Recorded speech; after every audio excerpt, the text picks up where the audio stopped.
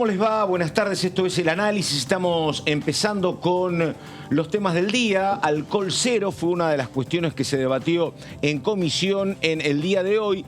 Pero también atención con anuncios que están llegando desde Economía, que vamos a hablar con Daniela Mosetic y con Laura Serra, porque seguramente van a tener implicancia en lo que tiene que ver con el tratamiento de las leyes acá en Diputados, porque la reunión prevista es la del secretario de Finanzas con los jefes de gabinete de cada uno de los ministerios para que le digan desde Economía que no hay más plata, que hay que ajustar, que se viene una última parte del año con reducción presupuestaria o acotamiento a lo que estaba fijado, sin márgenes para excesos, así que habrá que ver si eso tiene o no alguna implicancia en proyectos pendientes. De eso vamos a estar hablando, también de las otras cuestiones no saldadas, por ejemplo, ley de alquileres, así que comienzo saludando a mis compañeras. Primero, Daniela Mosetic. ¿Cómo le va, Mosetic? Que dice, buenas tardes, aquí estamos.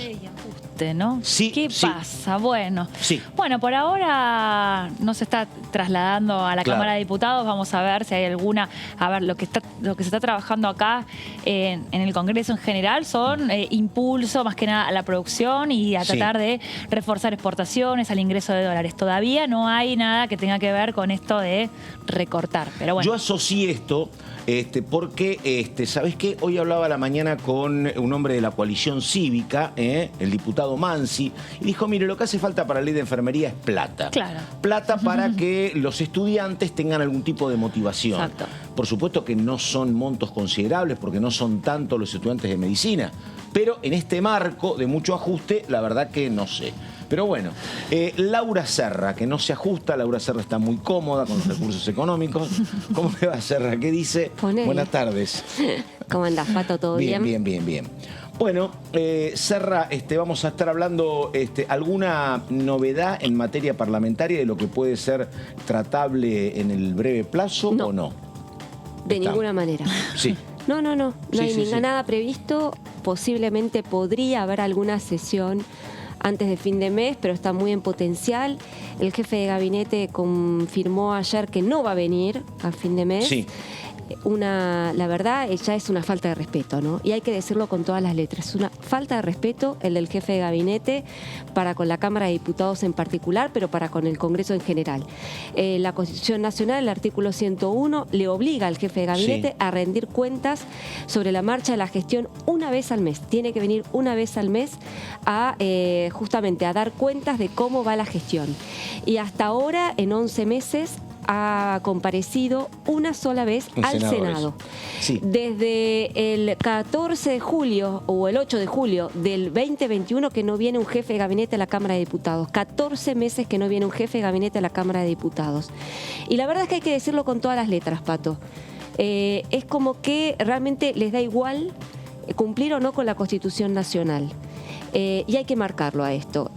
No es una opción el del jefe de gabinete, es una obligación constitucional. Sí, además, perdóname, hoy a la mañana hablábamos con otro colega de este tema y la verdad que, bueno, que haya pedido una postergación podría ser una cuestión entendible, pero es mucho menos entendible porque, claro, ¿cuánto hace que se está demandando que venga Mansur acá? Además, esto de que iba a estar presente el 1 de agosto se anunció el 1 de julio, Exacto. Cuando en aquel momento parecía que era como un anuncio a largo plazo imposible de cumplir porque se hablaba de recambios en la jefatura de gabinete y decían ponen esta fecha para no ir. Ponerle bien, era pero en este marco la el 31 era inexplicable. El 31 era la fecha original, ahora Claro. es 14 de septiembre. Claro. Bueno, que venga venía el 31 de agosto y luego en septiembre iba al Senado. Claro. Y listo, ¿no? Claro. Así Sí, que podía hacer las dos acá es cosas. como que también falta un poco de firmeza por parte del oficialismo, que evidentemente no la va a mostrar, para, digamos, decirle al señor jefe de gabinete, que en definitiva es un funcionario público, Sí, nadie lo exactamente. eligió. Claro. Nadie lo eligió, es un funcionario público.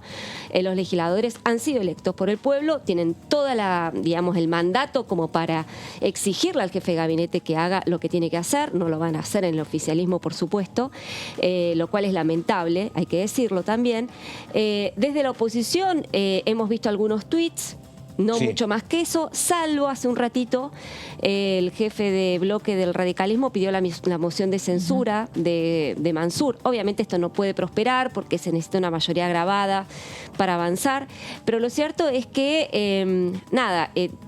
da la impresión de que a la Constitución Sí. se la respeta cuando se quiere, ¿no? Y no se Pero está cumpliendo además, con ¿sabes la qué? obligación. No sé lo que piensan ustedes, pero con lo que uno ha visto desde Eduardo Bauzá, que era el primer jefe de gabinete, hasta acá uno ha visto pasar 10, 12 jefes de gabinete, y la verdad, algunos con más, otros con menos talento, pero todos han salido globalmente Sí, airosos. ¿eh? tal cual. Y en momentos muy complicados, con escenarios adversos. Digo, iba Marcos Peña con un Senado en términos numéricos muy complejo.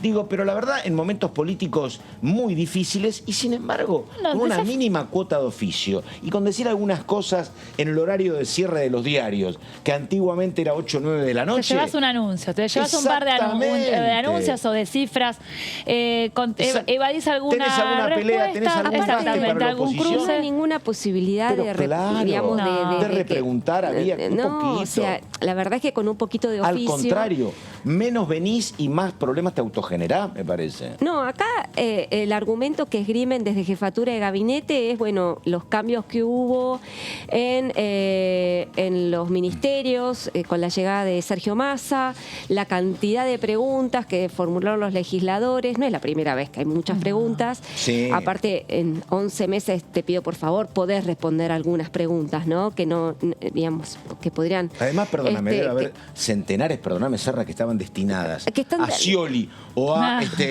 la ex ministra de Economía, que hay que descartarla, digo, ¿no? Totalmente. Y además acaba de presentarse hace un mes, se presentó ante el Senado, muchas preguntas seguramente se repiten. Digo, no es excusa, no es argumento. Aparte, hay todo un equipo de jefatura de gabinete trabajando con él, con lo cual no es que está solo el jefe de gabinete respondiendo cada una de las 2000 preguntas que le pueden llegar a hacer. Los ministerios también tienen su equipo para responder. No hay ningún argumento que realmente justifique semejante demora, y menos aún en un contexto de crisis como el que estamos viviendo, Pato. Y además, Porque hoy un rol que la verdad estás como obligado a la exposición pública como jefe de gabinete. Pero más allá de eso, Pato, No es alguien que más tiene allá- alto perfil realmente. No, totalmente. No. Sí, exactamente. Pero más allá de eso, Pato, estamos viviendo una situación Sí. muy crítica. Sí, el sí, jefe sí, de gabinete tiene que rendir cuentas del Estado de la Nación. Tiene que explicarle a la gente qué está pasando y qué piensan hacer, ¿no? Y da la impresión de que hablar sobre la cuestión de la gestión y rendir cuentas ante la gente no es una prioridad. Bueno, vamos con el diputado Mansi. Con Mansi hablábamos hoy. El tema es ley de enfermería, donde la verdad él dijo algo que no se dice demasiado comúnmente, pero explicó la cantidad de enfermeras que hacen falta, el tema de la profesionalización uniforme y además falta plata, dijo. A ver. Los organismos internacionales marcan aproximadamente 1,5 enfermera o enfermero por cada médico. Y nosotros lo que tenemos es 0,56 enfermeros por cada médico. O sea, prácticamente tenemos un tercio menos de lo que sería el ideal. Yo no sé si ese ideal es lo que nos tenemos que proponer, pero por lo menos nos tenemos que proponer en un corto tiempo duplicar la población de enfermeros y enfermeras. La ley por supuesto que podría ayudar, pero acá hay una condición sine qua non. ¿Hay plata o no hay plata? Exactamente. Mire, la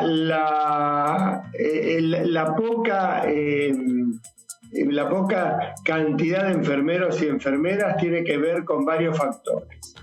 Primero, que hay un 30% del actual staff de enfermería que no son técnicos en enfermería ni licenciados en enfermería. Son aproximadamente entre un 30 y un 40% de todos son auxiliares de enfermería. O sea, es gente que ha estudiado una carrera auxiliar y que deberíamos ayudar a que esa gente evolucione hacia la tecnicatura o incluso con más aspiración hacia la licenciatura en enfermería. eso subiría el nivel de conocimiento, el nivel académico, el nivel de resolución y prestación de lo que el enfermero o la enfermera hace. Después tenemos otro problema que es aproximadamente un 40 o un 46% de los alumnos que comienzan a estudiar enfermería abandonan durante su carrera. ¿Causas? Ese abandono no se debe en su mayoría no se debe a que descubren que no es su vocación, que no les gusta la carrera, sino que se debe a que en términos generales el sector social que estudia enfermería es un sector social más vulnerable desde el punto de vista económico y son chicas o chicos que tienen que dejar su carrera pues se tienen que poner a trabajar. Bueno, sector fundamentalísimo de la medicina. Son los que y las que te cuidan, te atienden, te contienen, te miman, enfermeras y enfermeros. Y faltan muchos. Así que bueno, este proyecto que estaba explicando, repito, el diputado por la Coalición Cívica de Catamarca y tiene más datos. Laura Sarra. El tema se va a tratar, Pato, mañana en la Comisión de Presupuesto y Hacienda. El proyecto ya cuenta con dictamen de las comisiones de Salud y Acción Social, como así también de la Comisión de Educación. Acá lo estamos mirando en esta placa. Hoy, mañana se debate en la Comisión de Presupuesto. Pasamos a la siguiente, por favor. El objetivo del proyecto es establecer justamente los mecanismos necesarios para favorecer la formación de la calidad de los enfermeros y enfermeras, justamente que se forman aquí en nuestro país, incrementar el número de estos profesionales, como así también promover el desarrollo de la enfermería en todo el territorio nacional. Ese es el objetivo de la iniciativa que se va a tratar mañana en la Comisión de Presupuesto. Bueno, esto muy es bien. Interesante el contexto, Pato. Dale. Vos sabés que los fundamentos del proyecto del exdiputado y ahora senador Jetlin, justamente comentaba que en Europa y en las Américas promedian alrededor de 81 enfermeros y enfermeras por cada 10.000 personas. En la Argentina hay entre 20 y 29 enfermeras y enfermeros por cada 10.000 habitantes, por lo que nuestro país se ubica en un puesto medio-bajo en América Latina. Sí. De allí la necesidad de impulsar esta iniciativa. En la Argentina, el problema no es que hay pocos enfermeros, en realidad hay pocos enfermeros, pero el problema más grande es la heterogeneidad en la densidad de enfermeros y enfermeras según las provincias. Por ejemplo, en Santiago del Estero hay 5,1 enfermeros por cada 10.000 habitantes. En Catamarca, 10,8. Y en Corrientes, 17,5. Fíjate lo que pasa en Neuquén. 50 enfermeros por cada 10.000 habitantes. En Entre Ríos, 50,3. Y en Cava, 61,2. O sea, esta es la disparidad que uno está observando. En Santiago del Estero, menos del 10% en Santiago del Estero. Claro. Claro, menos del 10%. En Santiago del Estero, claro, vos tenés la mitad. Exacto, sí, tal cual. Con lo cual ahí ves que hay una, una disparidad. Hoy me explicaba también Mansi el tema de los desniveles en la formación. Porque tenés algunos y algunas que son apenas auxiliares de enfermería, bueno, ahí que apenas saben hacer un par de cuestiones. Tomarte la presión, a veces sacarte sangre, que no es una profesional de la enfermería que tiene 4 o 5 años de carrera, o 3 por lo menos. O 3 por lo menos. Sí. Y lo que te decía Mansi también, que para esto se necesita plata, ¿no es cierto? Bueno, acá justamente el proyecto establece que el Poder Ejecutivo debería otorgar, una vez aprobada la ley, justamente los recursos para los incentivos y los aportes a la formación de la enfermería, la cual, según la iniciativa, no debe ser menor al 2% del presupuesto anual del Ministerio de Educación. Ese monto se destinará a instituciones formadoras de enfermería y alumnos de todo el país de instituciones públicas y privadas. 2%. Claro, que yo decía hoy, no es el mejor momento para ir a discutir cuestiones presupuestarias ahora, ¿no? No, pero bueno, acá sí. vos estás a partir de un presupuesto que se destina claro. a una jurisdicción. Es para el 2023 puede ser esto, ¿no? Exacto. Claro. El 2%, que haya una asignación específica para lo que es enfermería, no me parece tan fuera de lugar. Vamos a la siguiente placa. Ahí tenés. Se reconoce el otorgamiento de una beca estímulo a los alumnos de las carreras de enfermería de todo el país, las que quedarán sujetas a las condiciones de selección y regularidad que establezca justamente la autoridad de aplicación. La intención, evidentemente, de esta iniciativa es promover la educación, la formación. Y poner en valor a esta carrera. Lo que sucede, lo que estaba diciendo Pato recién de la disparidad en las formaciones, eso tiene que ver, además, atiende a la necesidad. Si vos tenés 5.1 enfermeros por cada 10.000 habitantes, y la verdad, bueno, que vengan más o menos, pero que vengan a dar una mano en situaciones. Entonces, no tenés el título homologado, bueno, dale. Coincido, es así. Eso también tiene sus consecuencias, por supuesto, ¿no? Pero, y además te digo la verdad, por experiencia propia o por familiares, es tan importante el rol de la enfermería cuando estás internado ahí. La que te contiene y la que te atiende es la enfermera, ¿eh? El médico viene y te mira, pero las 24 horas... Pero quien está con el seguimiento, exactamente. El trabajo es del enfermero. Bueno, la idea también esto de la ley es esto de tener homologación también en el nivel, porque después vos, por ejemplo, haces un curso o un terciario y querés hacer la licenciatura y si no lo haces en el lugar correcto, no te sirve absolutamente para nada. Tenés que volver de cero para hacer la licenciatura. Entonces, bueno, tratar de nivelar que te sirva para algo y al mismo tiempo cubrir esos baches, ¿no? Ahora, hay un problema estructural que me decía Mansi, bueno, nosotros hasta acá llegamos, que por este camino, por el que explicaba Laura, se va a asistir a los estudiantes.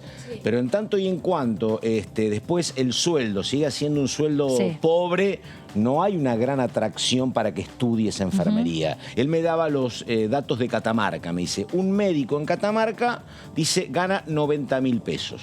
90.000 pesos, sueldo de ahora, agosto 2021. 2022. Y me decía, por debajo de ese nivel están las enfermeras y los enfermeros. No es un sueldo muy atractivo. Esto soluciona que te acompañan mientras estudias. Pero después faltaría, bueno, la jerarquización salarial como en todas las profesiones en la República Argentina. Sí, tanto enfermeros como médicos después tienen algunos plus, guardias o cosas que se agregan y hacen 90.000 pesos, me parece que para un médico es bastante básico, ¿no? Sí, claro, sí, exactamente. Pero bueno, sí. Y me contó una cosa que a mí siempre me llamaba la atención. Me dice, mira, yo tampoco estoy de acuerdo.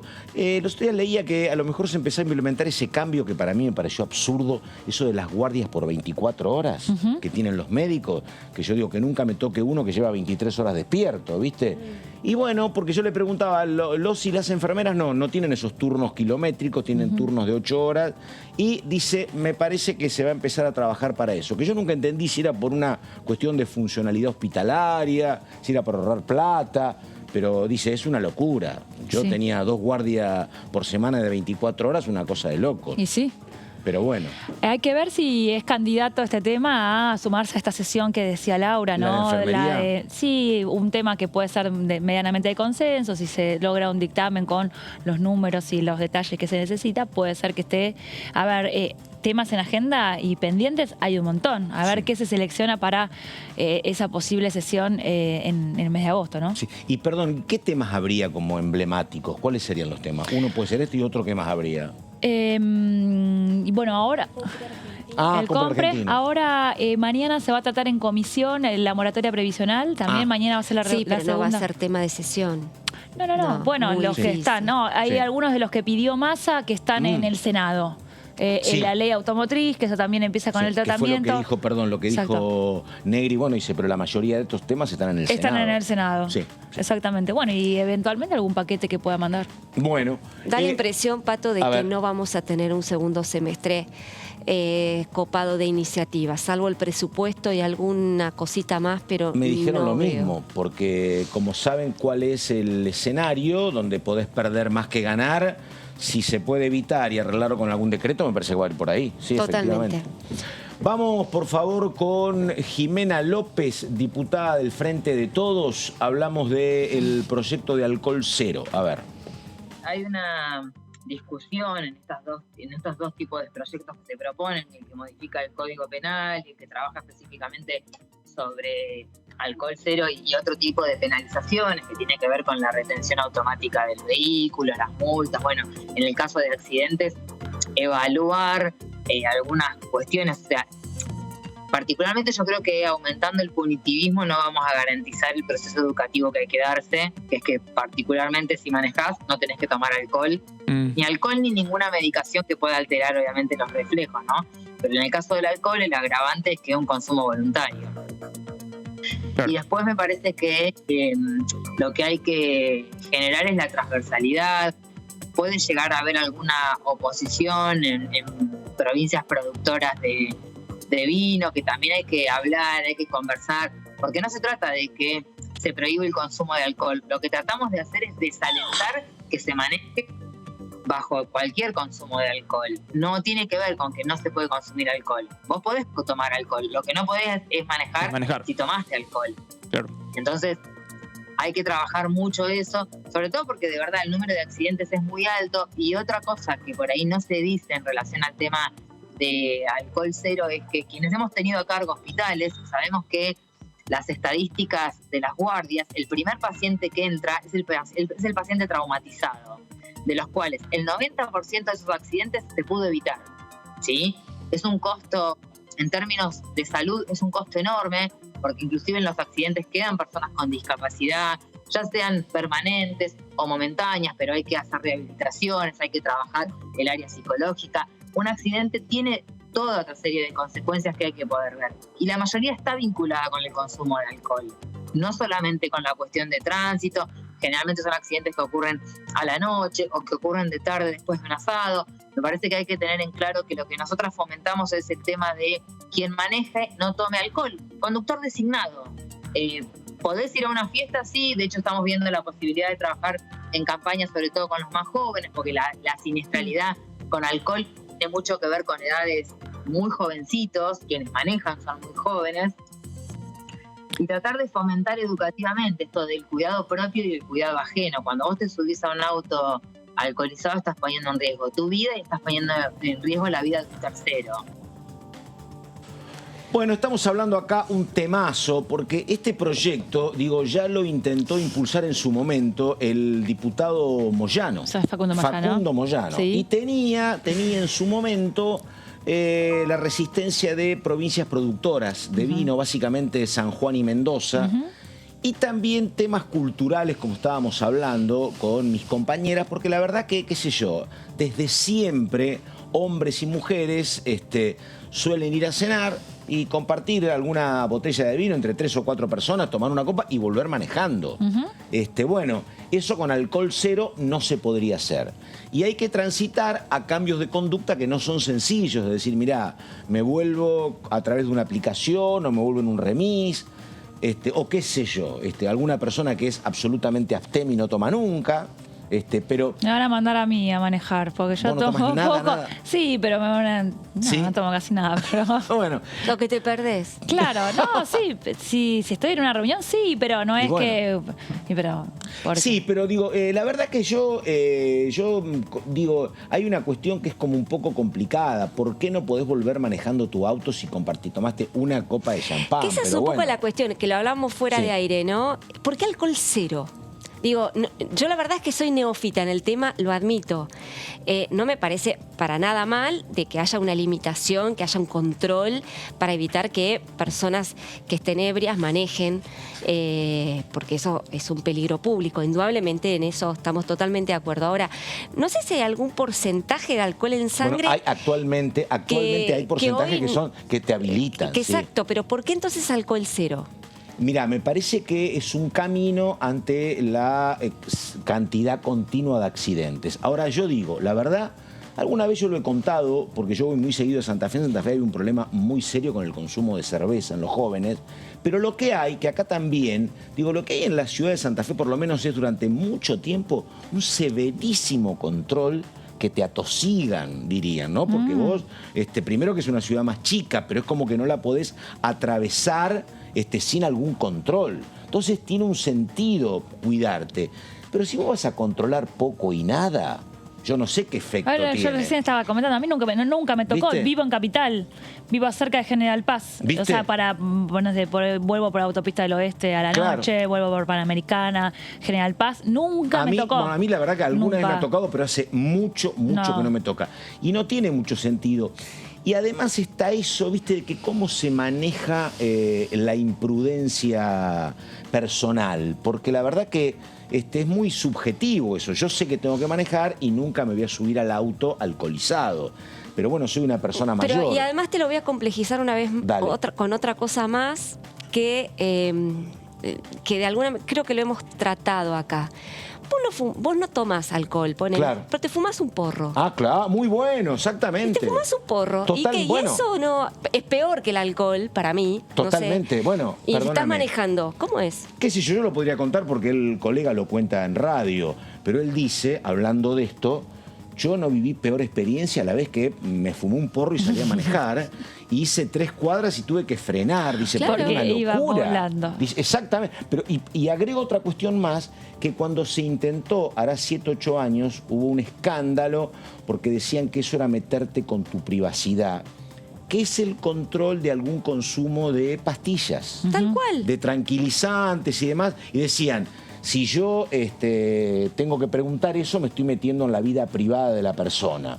Pero digo, yo creo que muchos desequilibrios que uno ve en la calle tienen más que ver con algún consumo, efectivamente, de alguna pastilla, me parece que del alcohol. Pero bueno, uno ve mucha violencia a toda hora en la calle. No, pero más, sí, coincido con vos, Pato, pero a lo que voy es que ya que, digo, ¿por qué el alcohol sí y Coincido. otras sustancias no? Sí, Si son claro. igual o más nocivas a la hora de tomar el volante. Y digo, ¿por qué alcohol cero?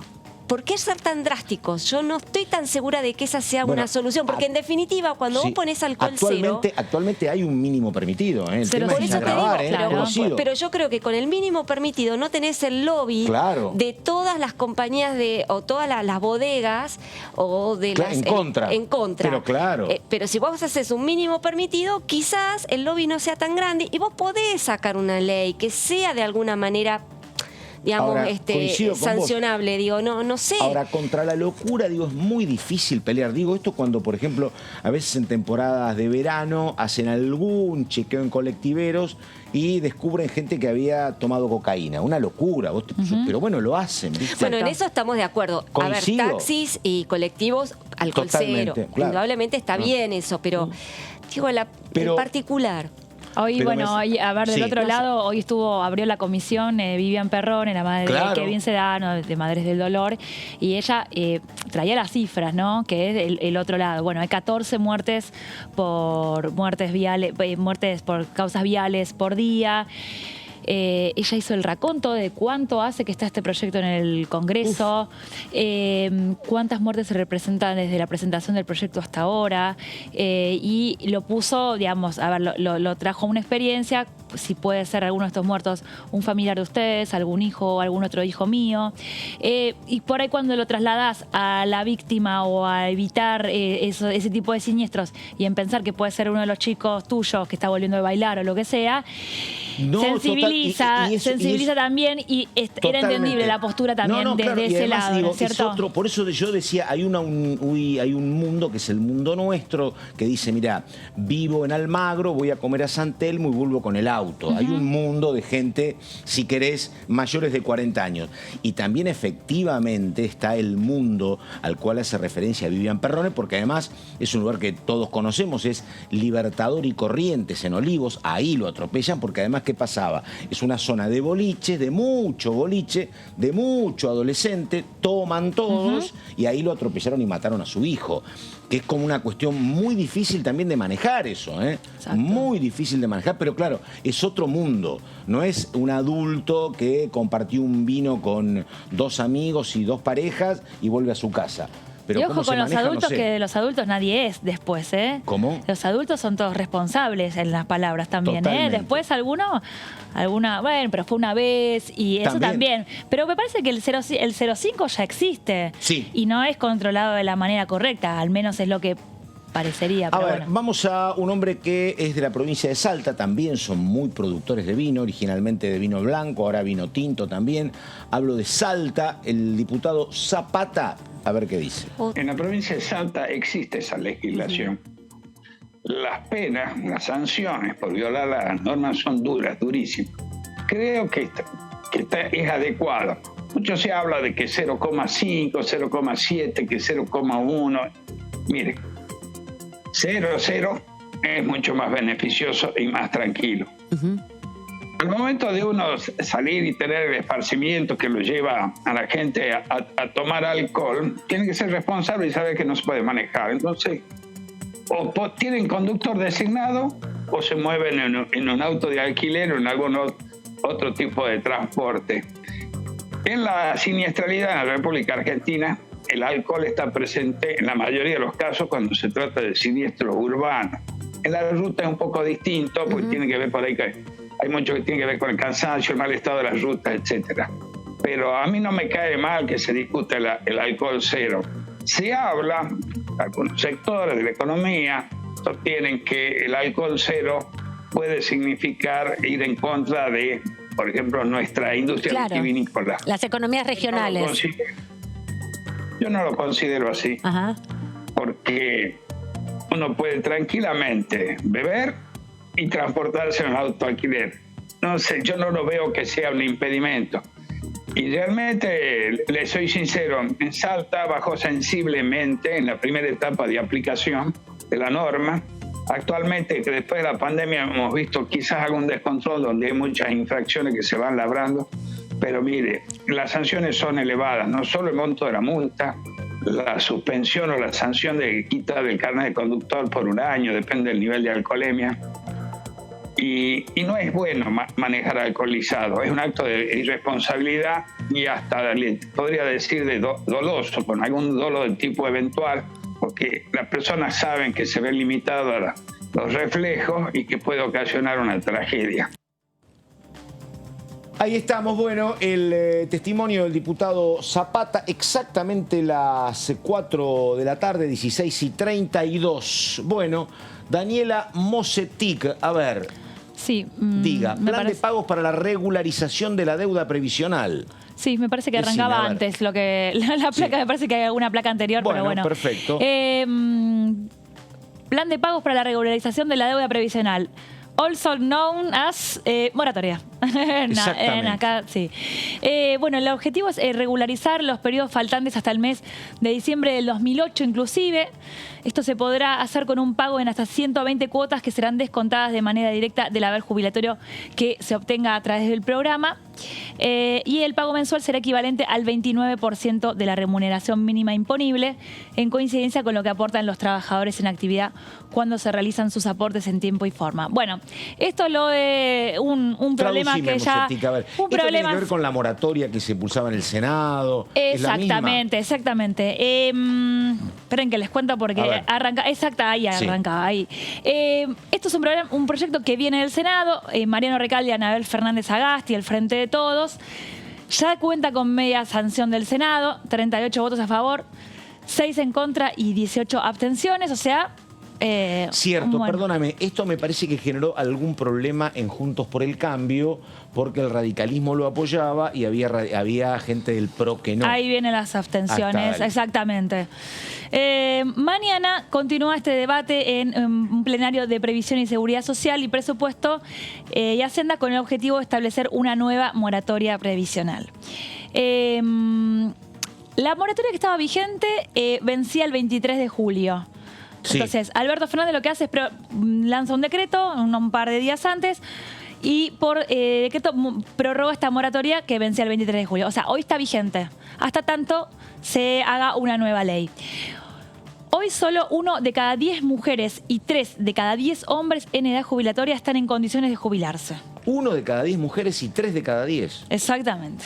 El proyecto del Frente de Todos contempla un plan de pagos al que podrán acceder durante un periodo de 2 años aquellas personas que ya cumplieron o estén por cumplir la edad jubilatoria, 60 años las mujeres y 65 años los hombres, y no tengan los 30 años de aportes exigidos. O sea, es que hay un tema para aquellos que son monotributistas y que tienen que hacer el aporte per se.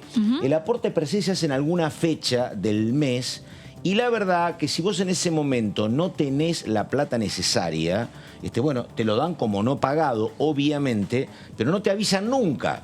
No te avisan nunca. Entonces, te puede pasar que llega a fin de año y vos decís, che, pagué 12 meses. No pagaste 12. Pagaste porque 3 tanto. veces, exactamente. No lo pagaste. Bueno. Y eso queda cuando tenés que jubilarte, te dicen, che, 3 por mes, debes 18 cuotas, 6 bueno, años, esta por situación ejemplo. que tenemos, a ver, Sí. con el actual mercado de trabajo, con la informalidad, con la semiformalidad que tenemos, las variantes cuentapropistas y otras alternativas, es un tema que lo vamos a seguir escuchando por un montón de años. O sea, Sí. gente que llega a los 60, 65 años, hombres y mujeres, eventualmente pueden extender, ahora se puede extender por 5 años esa posibilidad de seguir trabajando, pero que no llegan a los aportes. No, claro. Y eso tiene que ver, además, a ver, la gente que vos estás viendo que se está jubilando ahora es gente que viene trabajando desde los 20 años, generalmente empleos estables, y cada vez existe menos eso de que trabajás 10, 15 años en el mismo lugar. Salvo el sector público y alguna empresa privada de primerísimo orden, están todos en la lona. A sí, hacer, efectivamente. o no solo que el concepto de hacer carrera. No, claro. O sea, no es como antes, que vos arrancabas trabajando en en cualquier Telefónica lado. y bueno, y seguías trabajando. Bueno, hoy por hoy. Telefónica dijo, parece que tuviese 30 años, Mosetic, pero me parece que tiene bueno, claro, si decís Entel, no, dijo Telefónica. Bueno, Telefónica, dije una más moderna. Dale, Bueno, sí. le permite a las personas que les falta hasta 10 años para alcanzar la edad jubilatoria, pero que ya saben que carecen de aportes suficientes, pueden anticiparse y empezar a pagar los periodos faltantes. Ya sabes, vos tenés 50, decís, mira, tengo 20 años de aportes. Bueno, ¿qué hago? Voy pagando de acá, en los próximos 10 años, voy comprando estos aportes sin tener el empleo de manera registrada. Bueno, el alcance, más de 1,5 millones de personas en edad jubilatoria no cuentan con los 30 años de aporte que exige la ley. De ese número, 900.000 tiene aportes, pero no lo suficiente, o sea, es bastante. Sí. Es bastante. Y 680.000 directamente no cuenta con aporte alguno. Exactamente. Que es bastante también, ¿no? Nada. De ese número, 600, casi 700.000, cerca de la mitad, un 40%. Costo fiscal. Costo fiscal. Para el 2022 será de un 0,02 del PBI. Para el 2023 el gasto sería del 0,3 del PBI. Laura lo mencionó, dijo que lo veía difícil que fuera dentro de la próxima sesión, ¿no? Y es difícil porque significa plata. Perdóname, esta semana previsto una reunión de Massa con Raberta, donde me parece que esto debe ser parte del diálogo, me parece. Bueno, y vino el anuncio del aumento a los jubilados. Sí, claro. Perdón. Exacto, Claro. porque vino el aumento de los jubilados. Gracias, Tonioli, efectivamente. Vino el aumento de los jubilados. Claro. Así que bueno, mañana tenemos esto en la Comisión de Previsión y Presupuesto. Bueno, está el diputado Tonioli enseguida nomás. Gracias, Mosetic. Ya empezamos con Tonioli de Rosario. Entre el humo y el narcotráfico tenemos la agenda completa con Tonioli, más lo que pasa en diputados. Pero antes, la diputada Natalia Souto, que dice lo siguiente. A mí me parece que no importa el nombre, que está bien que podamos implementar medidas que ayuden a paliar un poco la situación de algunos sectores que están realmente mal. La indigencia. Nosotros, la propuesta que acercaron, que era muy parecida de fondo a lo del salario básico, por lo que leí, es de 15.000 pesos, que es la canasta básica alimentaria, 15.000 pesos por adulto. Y que incluye a todas las personas que no tienen absolutamente nada, ningún bien, ni cobran ningún tipo de jubilación, ni pensión, ni subsidio, ni plan social, nada. O sea, están en la nada misma y totalmente, si tienen algún ingreso, es totalmente en negro. Bueno, es garantizar un poco la mesa mínima de un sector de los argentinos y las argentinas. En ese sentido, obviamente, que vamos a estar de acuerdo. Después, como te decía antes, podemos presentar otras propuestas que mejoren la situación y que sean más a largo plazo, porque el problema acá, como hablamos al principio, es poder generar empleo. Nosotros lo que decimos es, está bien, obviamente vos necesitas parches, necesitas soluciones transitorias cuando tenés urgencias, emergencias, pero no podemos vivir en emergencia permanente. Entonces tenemos que tirar propuestas y promover acciones para resolver de fondo el tema del empleo. Nosotros venimos discutiendo en general desde los movimientos sociales la implementación de estos proyectos. Creo que sí, que en breve algunos se van a poder tratar. Uno de ellos que sería muy importante, por ejemplo, es el del monotributo productivo, que también, bueno, apunta a estos sectores, que es que se puedan registrar en un monotributo especial estos trabajadores informales para poder registrarse y que el Estado, por un tiempo, creo que es de 1 año, si no me equivoco, les cubra el tema de la jubilación y la obra social, hasta que puedan establecerse en la actividad económica no registrada. Es una pequeña ayuda que tiene que ver con blanquear y con registrar el trabajo. Bueno, esto, por ejemplo, sería una de las propuestas principales que creemos que hay que tratar urgente. Bueno, lo dicho, estamos con el diputado Tonioli, estamos con Daniela Mosetic, con Laura Serra. ¿Cómo le va, diputado? ¿Qué dice? ¿Qué tal? Bien, bien. Bueno, gracias, diputado, ¿cuándo vino de Rosario? ¿Hoy o ayer? ¿Cuándo vino? Hoy en la mañana. Bueno, ¿cómo estaba el tema? Porque había mucho reclamo por incendios. ¿Tiene algo que ver esto con humedales o no? ¿Son dos temas distintos, tan vinculados? Está íntimamente vinculado, ¿no? No es un fenómeno nuevo.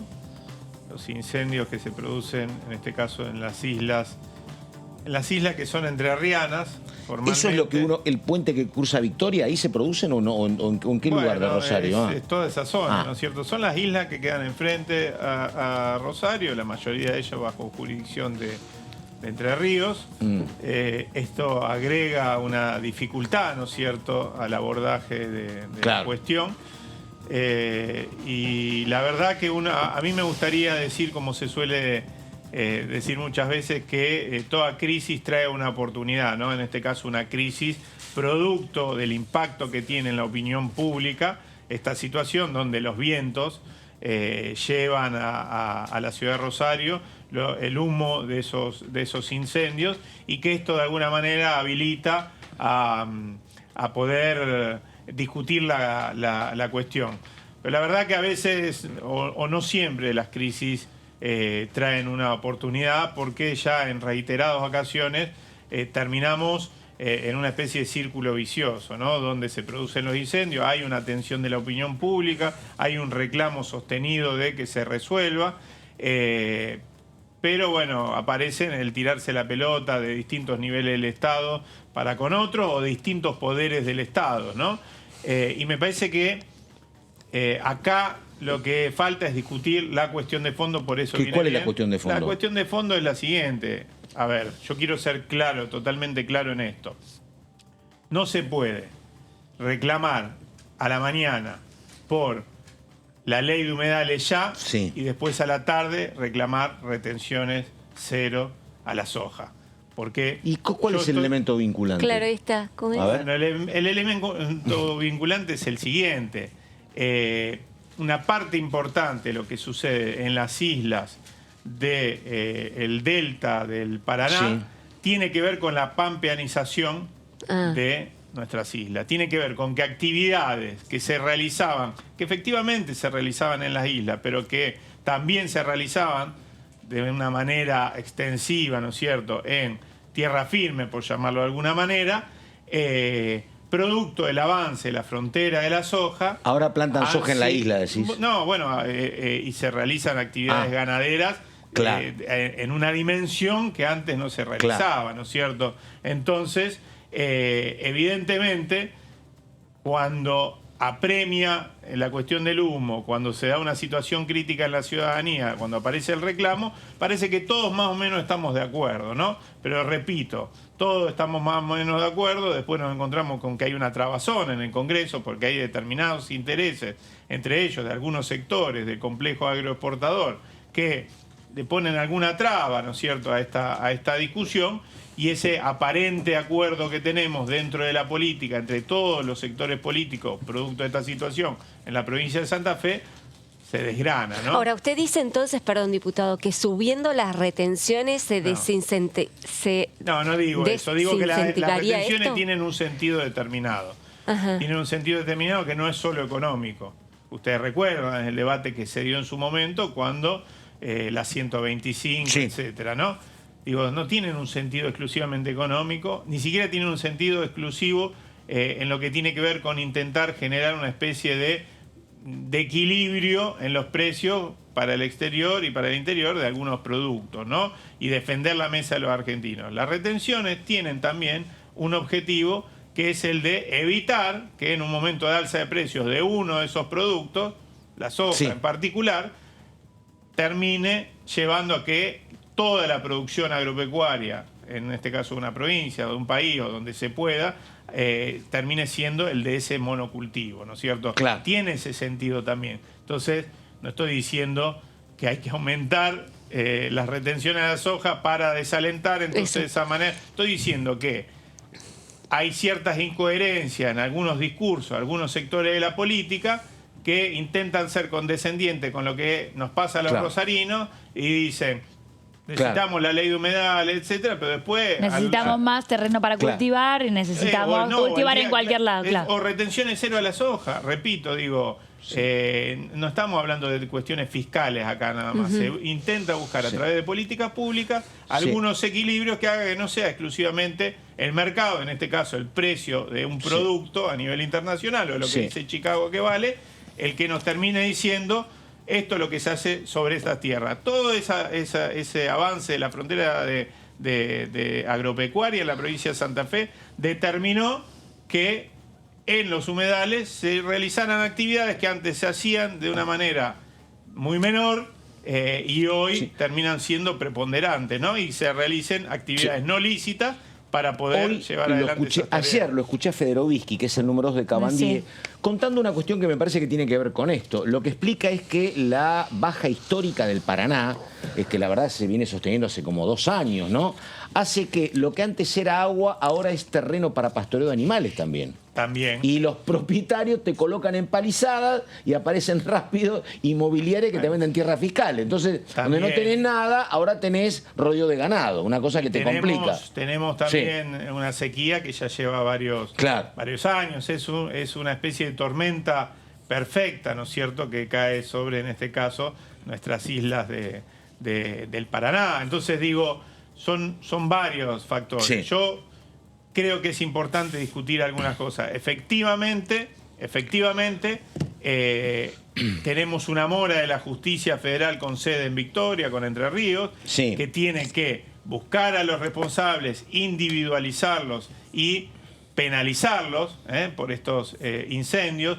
Tenemos una mora también de los 3 estados provinciales y el Estado Nacional, que entre todos conforman lo que es el PIECAS, que es un ámbito de concertación, ¿no es cierto?, en el que se dirimen o se define cómo se va a gestionar, ¿no es cierto?, estos humedales que son interjurisdiccionales y que la verdad no se reúnen en tiempo y forma y que debería tener una mayor intensidad en su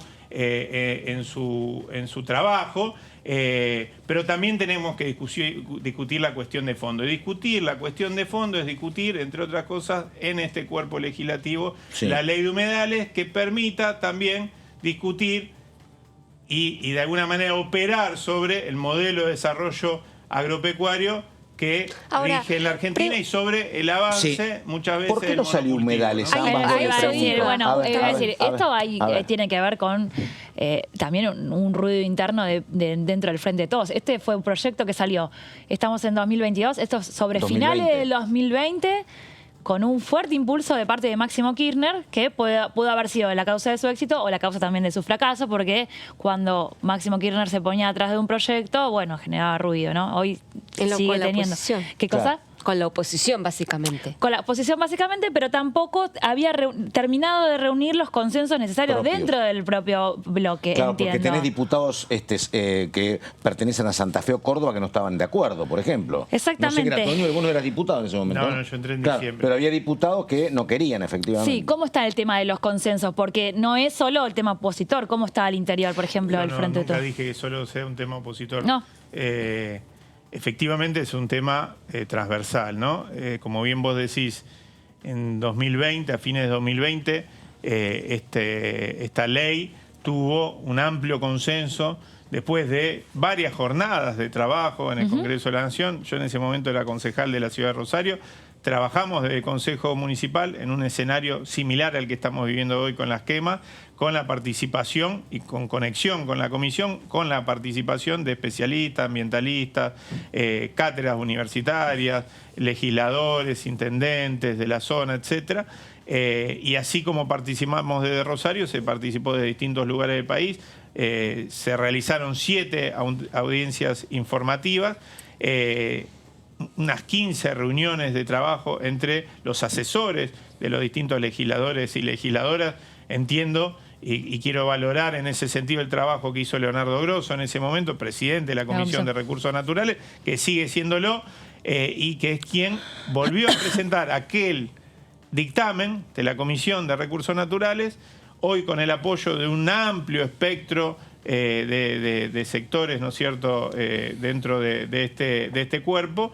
Algunos que nos hemos sumado al cuerpo, nos hemos sumado también con la firma de esa iniciativa. Recién vengo una actividad organizada por Jóvenes por el Clima, donde precisamente se puso de nuevo sobre la mesa este dictamen y se empezó a discutir la posibilidad de empezar, más allá de que no esté maduro, ¿no es cierto?, el acuerdo dentro de la comisión, a empujar para que en la comisión se realicen reuniones informativas, se reitere de alguna manera el proceso que se dio la otra vez, pero ya con algo más sólido, algo que tuvo un amplio consenso de organizaciones y de distintos actores de la sociedad civil. No es un proyecto de ley provisionista, esto hay que dejarlo claro, porque a veces se instalan mitos que obturan la posibilidad de tratamiento. Es un proyecto de ley, en todo caso, regulacionista, ¿no? Establece estándares mínimos de protección del ambiente y establece criterios para la realización de actividades encima de los humedales con arreglo a la protección de ese medio ambiente. Por supuesto que hay actividades que hoy ya son ilegales y uno no puede, como se suele hacer, limpiar un terreno quemándolo para después el pastoreo, para lo que sea, etcétera.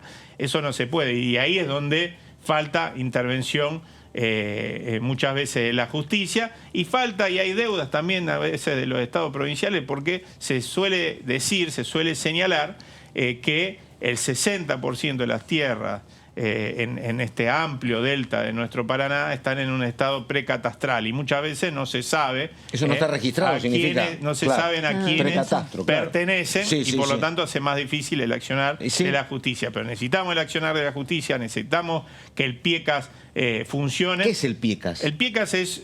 Rápido, si vos me pedís que te diga la sigla, no te la voy a saber decir, pero es un organismo. A partir de quemas que se realizaban en 2007, 2008, se arma un organismo cuatripartito de concertación, un ámbito de concertación entre Entre Ríos, Santa Fe, Buenos Aires y el Estado Nacional para establecer criterios comunes de gestión de algo que per se es interjurisdiccional. Sí, exactamente. Es decir, la naturaleza no sabe de pequeñas líneas que hemos puesto y los sufre humanos, la consecuencia Rosario, que en términos políticos también es otra cosa, porque es un radical disidente, Yafkin. Tampoco no es peronista, no es socialista, no es radical, no es pro. Habría que preguntarle. Exactamente, por eso. Te pregunto, Eduardo, por la comisión de hace un ratito, en el que la comisión de transporte, que se habló del alcohol cero, ¿cómo lo ves esta implementación a nivel nacional? Bueno, yo estoy plenamente de acuerdo. Yo conté recién en la comisión. Yo fui concejal 6 años de mi ciudad, la ciudad de Rosario. En el momento que se aprobó la ordenanza de alcohol, en ese caso una ordenanza de alcohol cero al volante, y entré en la discusión, como otros de mis colegas, con muchas dudas. Producto de, también en este caso, mitos que circulan alrededor de qué va a pasar, ¿no? O supuesta catástrofe que van a suceder si se aprueba este tipo de iniciativas. Para mí hay elementos que son contundentes y que me dan o que me dan argumento para decir tenemos que acompañarlo. En primer lugar, primero quiero decir que no pasó nada de esa catástrofe en la ciudad de Rosario después de la aprobación. En realidad lo que pasó es bajó la siniestralidad vial, primero.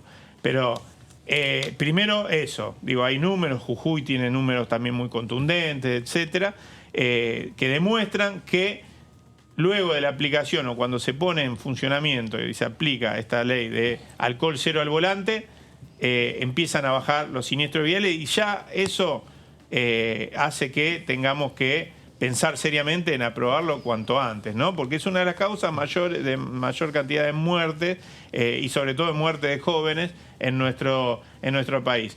En segundo lugar, el alcohol cero al volante ya existe en la Argentina, en todo el país y para todas las jurisdicciones, para quienes conducen transporte público de pasajeros. Y si yo le exijo a alguien que conduce transporte público de pasajeros que no tome una sola gota de alcohol,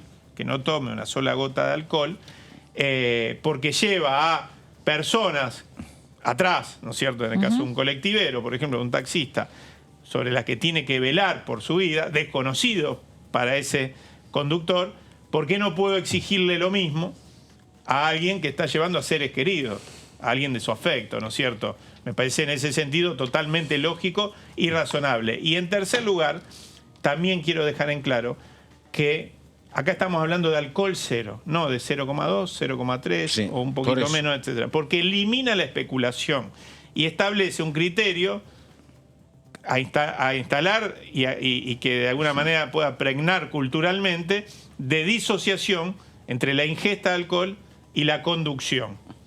Está demostrado que hasta la más mínima ingesta de alcohol, alguna alteración produce en los sentidos. Entonces, entrar en la especulación no es bueno, ¿no?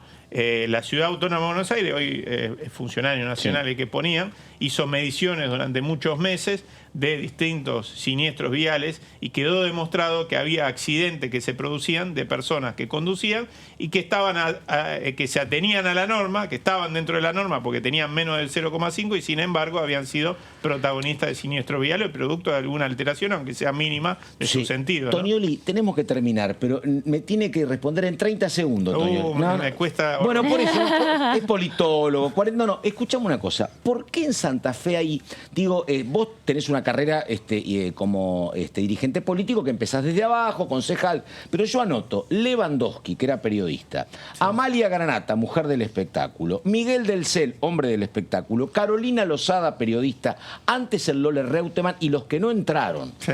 ¿Qué pasa en Santa Fe? ¿Por qué se buscan, no digo caminos alternativos, pero por qué esta búsqueda? Creo que es el agua que tomamos, no sé. No, buena respuesta. No es privativo solo de Santa Fe. Pero puedo hablar de Palito Ortega. Pero por eso me parece que en Santa Fe hay mucha concentración. Vos sabés que yo no tengo un prejuicio con respecto a eso. No tengo prejuicio. En todo caso puedo estar más o menos cerca. Yo al contrario, a lo mejor están cansados de los políticos tradicionales y por eso buscan otras cosas. Es un problema también de quienes hemos abrazado la militancia política de muy jóvenes y evidentemente hay una parte de la sociedad que busca algo que no encuentra en la dirigencia política, ¿no? No tengo un prejuicio per se, estoy más o menos cerca de alguno de ellos en función de la idea que profesa. Tengo que decir, que Marcelo Lewandowski militaba de muy joven. ¿No? Es que, esa parte no la tenía, ¿ves? Porque uno puede ser actor, yo lo conocí, yo lo conocía como periodista deportivo, y tener sus ideas políticas, ¿no es cierto? Pero no tengo un prejuicio en sí. Después tengo una enorme distancia con la mayoría de los que nombraste en función de la idea que profesan o nada. Estamos. El diputado Tonioli, hombre del Frente de Todos, provincia de Santa Fe. Diputado, muchas gracias. Gracias a ustedes. Bueno, estamos en la pausa. Esto es El Análisis. Estamos con Daniela Mosetic, con Laura Serra y así seguimos.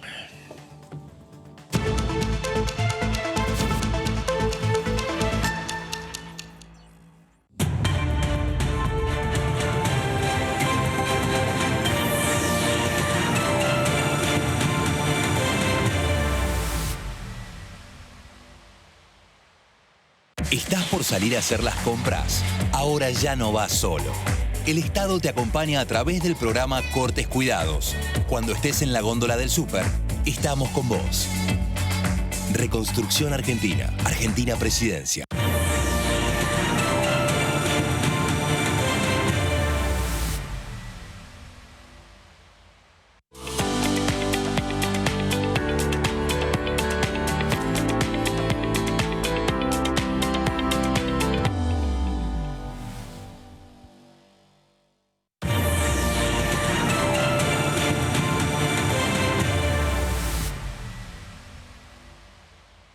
Empezá a soñar tu próximo viaje por Argentina. Descubrí lugares nuevos. Explorá lo inexplorado. Sentí la fuerza de la naturaleza. Entrá a larutanatural.gov.ar. Inspirate, elegí, planificá. La naturaleza te espera. Argentina te espera. Primero la gente. Ministerio de Turismo y Deportes. Argentina Presidencia.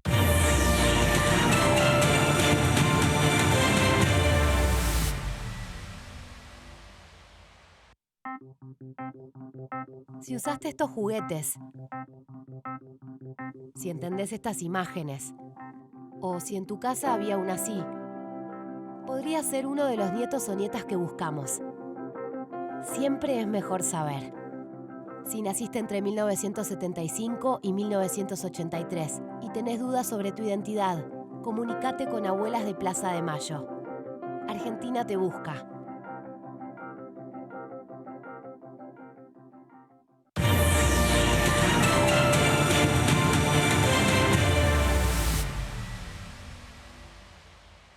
El mundo estuvo 2 años parado por una pandemia. Y ahora nos toca decidir. ¿Queremos un país que ponga en pausa cualquier medida para que nuestro sueldo le gane a la inflación? ¿O queremos una Argentina que piense en los consumidores de acá en vez de en los de afuera? ¿Queremos un país que ponga en pausa todos nuestros derechos? ¿O una Argentina que avance defendiendo el trabajo y la indemnización?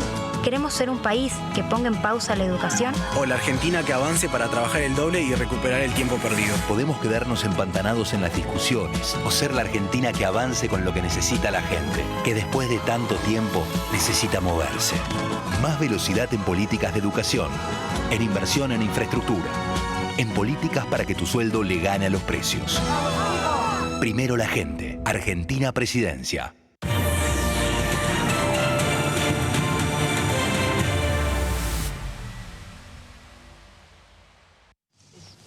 ¿Qué haces? Nada, estoy calculando la temperatura que va a ser allá. ¿Y cómo? Y sí, acá dice que cada 1000 metros de altura la temperatura baja 6,5 grados. ¿Qué calculas? Que no traje suficiente abrigo. Ay, Dios. Este año, la bandera de la educación va a izarse más alto que nunca. La educación, nuestra bandera. Ministerio de Educación. Argentina Presidencia. Hola, hola, hola, ¿cómo va? Aquí estamos, Cámara de Diputados de la Nación.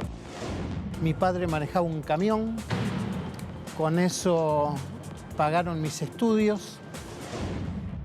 El abuelo sí, era un hombre de mucha personalidad, conocía las tradiciones, me enseñó las cosas que debe conocer un niño, me enseñó a pescar, me enseñó a hacer un barrilete. Las primeras bases de la cultura, las escuelas normales, los maestros se formaban en Dolores, después emigraban para Mar del Plata, Bahía Blanca.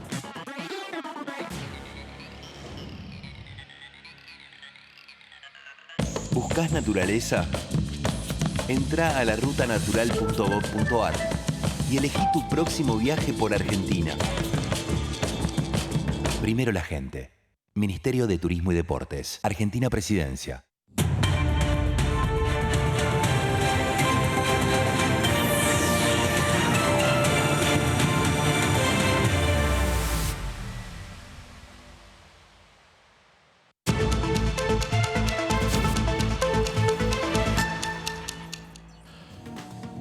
Bueno, estamos en DTV, estamos en el análisis, hora 5 de la tarde con 5 minutos.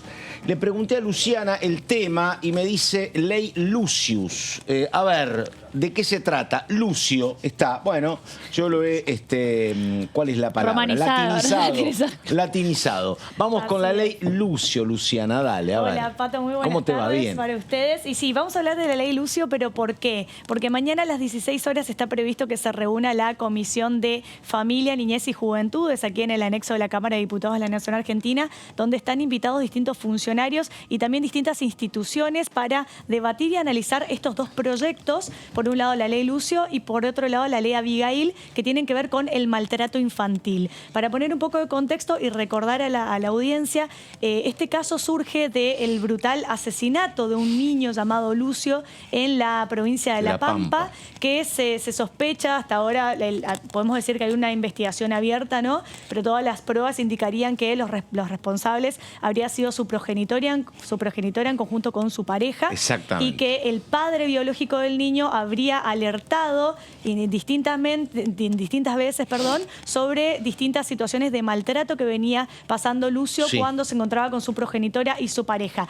Es por eso que esto motivó justamente una gran movilización por parte de la familia paterna y terminó en esta iniciativa, en esta ley que se presentó aquí en el Congreso de la Nación Argentina, de la mano del diputado nacional Martín Maqueira, que es un diputado del PRO, ¿sí? Así que vamos a repasar a ver de qué se trata y qué van a tratar este tema mañana. Y el artículo 2 establece una capacitación obligatoria. Establece capacitación obligatoria en materia de derechos de las infancias y violencias contra niñas, niños y adolescentes para todas las personas que desempeñen la función pública en todos los niveles y jerarquía en los poderes ejecutivos, legislativos y judicial. Acá la idea justamente de este artículo es justamente, como decimos, capacitar a todos los funcionarios que desempeñen en estas distintas áreas. ¿Por qué? Porque al estar capacitados justamente tienen las herramientas para poder detectar a tiempo distintos tipos de violencia contra los niños, niñas y adolescentes. No solamente la violencia física, sino también la violencia psicológica, el maltrato, el abandono, que también es una forma de violencia,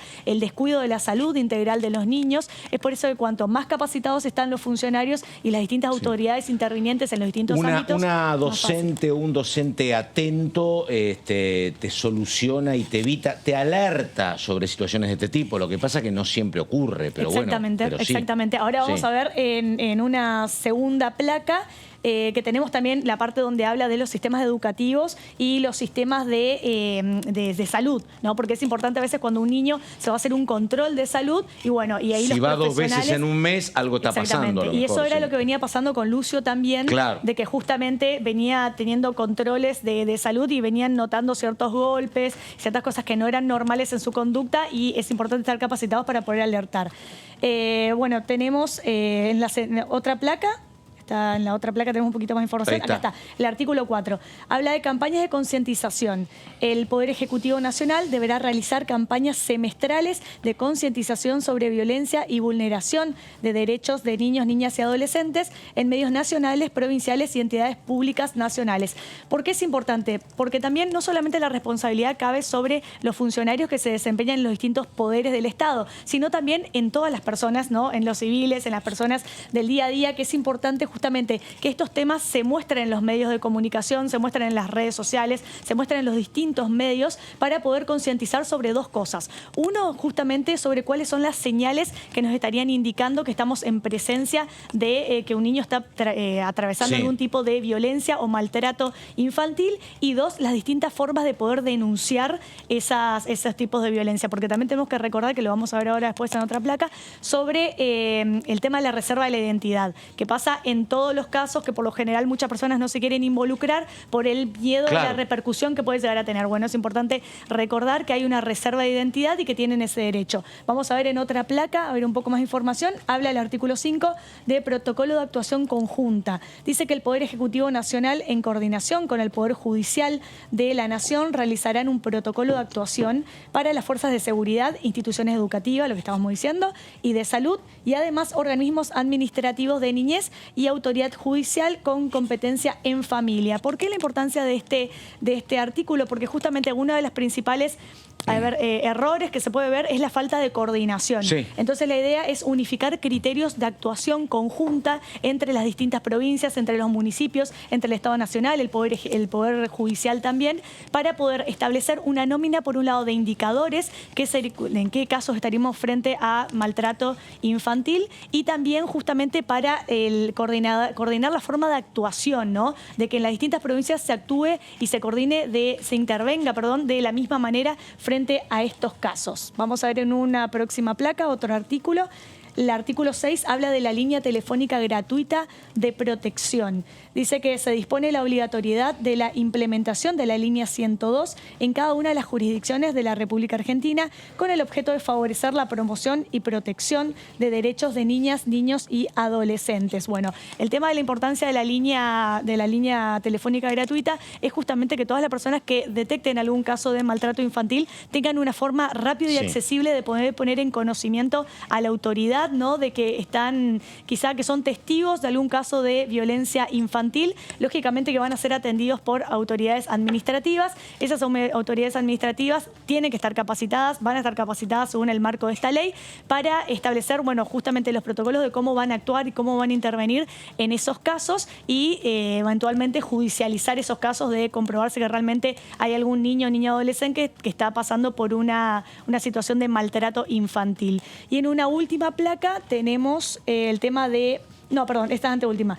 El deber de comunicar. Dice, los miembros de los establecimientos educativos y de salud, públicos o privados, y todo agente o funcionario público que tuviera conocimiento de la vulneración de derechos de niñas, niños o adolescentes, deberá comunicar dicha circunstancia ante la autoridad administrativa o autoridad judicial. Era un poco lo que veníamos diciendo, ¿no? Y qué importante es que los establecimientos educativos y el de salud tengan el deber. Porque una cosa es tener la opción de comunicar y otra cosa es tener el deber de comunicar ante ciertas situaciones, porque por lo general son las maestras las que toman, quizá dan cuenta, ¿no? de que algún niño o niña adolescente pasa por esta situación. Te digo, con todo respeto por la ley, ¿no? Me parece que la diferencia está en las propias maestras, porque la verdad que uno ve decenas de casos donde justamente casos de violencia intrafamiliar son denunciadas por los propios docentes. Exacto. La verdad, que se comprometen, que toman riesgos, que trabajan al margen de las horas que tienen que trabajar. Sí. Ahí está la diferencia. La verdad,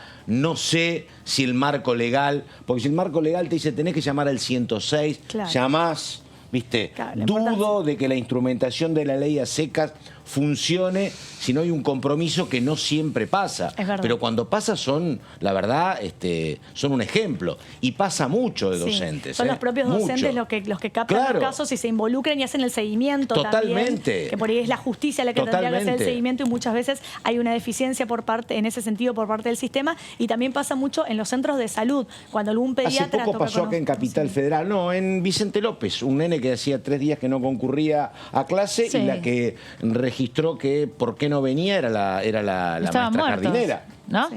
Exactamente, exactamente. Bueno, tiene que algo de monóxido, me parece. No sé si la ley ayuda, puede ser un paliativo, pero el compromiso lo que sí podría ayudar, ¿no? A que haya alguien que te responda o que alguien te escuche o que haya... A ver, la responsabilidad y el compromiso es individual y no va por el lado de la ley, pero sí que alguien te atienda al teléfono o te atienda al reclamo.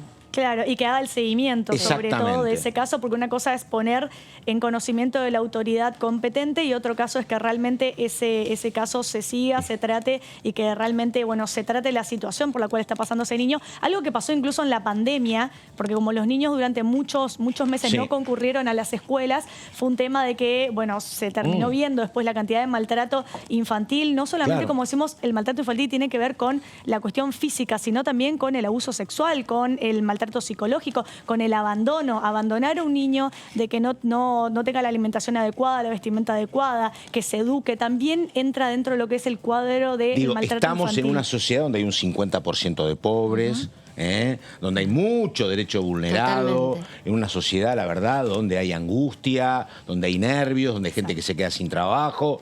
Todas estas cosas no justifican, pero se entienden también, Exacto. Se entienden. Exactamente. Sí. Y bueno, y vamos a una última placa que también mañana van a abarcar el tema de la ley Abigail. Abigail también era una niña oriunda de la ciudad de Río Gallegos, que en el 2014 el padre llama al servicio de salud diciendo que la hija se había descompensado porque se había caído.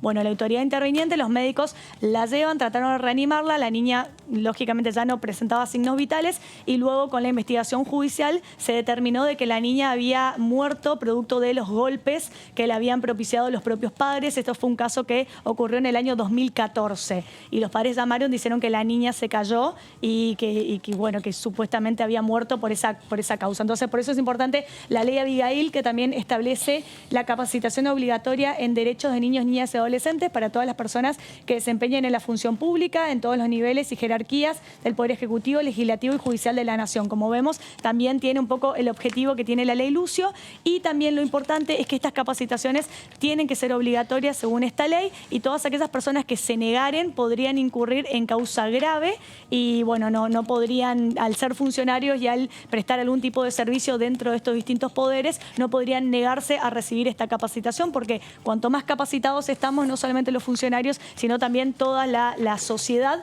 podemos alertar, ¿no? Se nos prende la alerta de decir, bueno, detectar algún caso que puede incurrir dentro de lo que es el maltrato infantil y poder intervenir y salvarle la vida a algún niño o niña adolescente. Luciana, muchísimas gracias. Gracias a Hasta ustedes. cualquier momento. Bueno, y estamos acá en el análisis. Viene enseguida la diputada por Corrientes, Ingrid Hetter. Pero antes vamos con un testimonio del diputado Schiavoni, hombre del PRO de Misiones. A ver.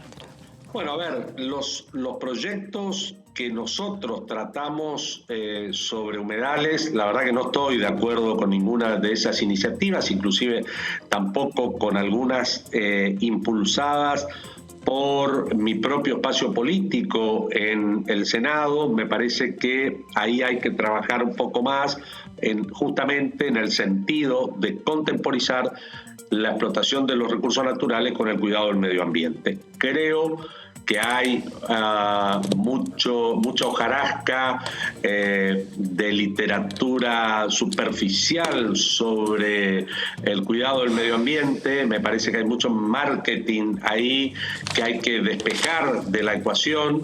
¿En qué sentido marketing? Bueno, hay marketing en contra de la explotación de los recursos naturales, como en un falso choque entre el cuidado del medio ambiente y la explotación de los recursos naturales.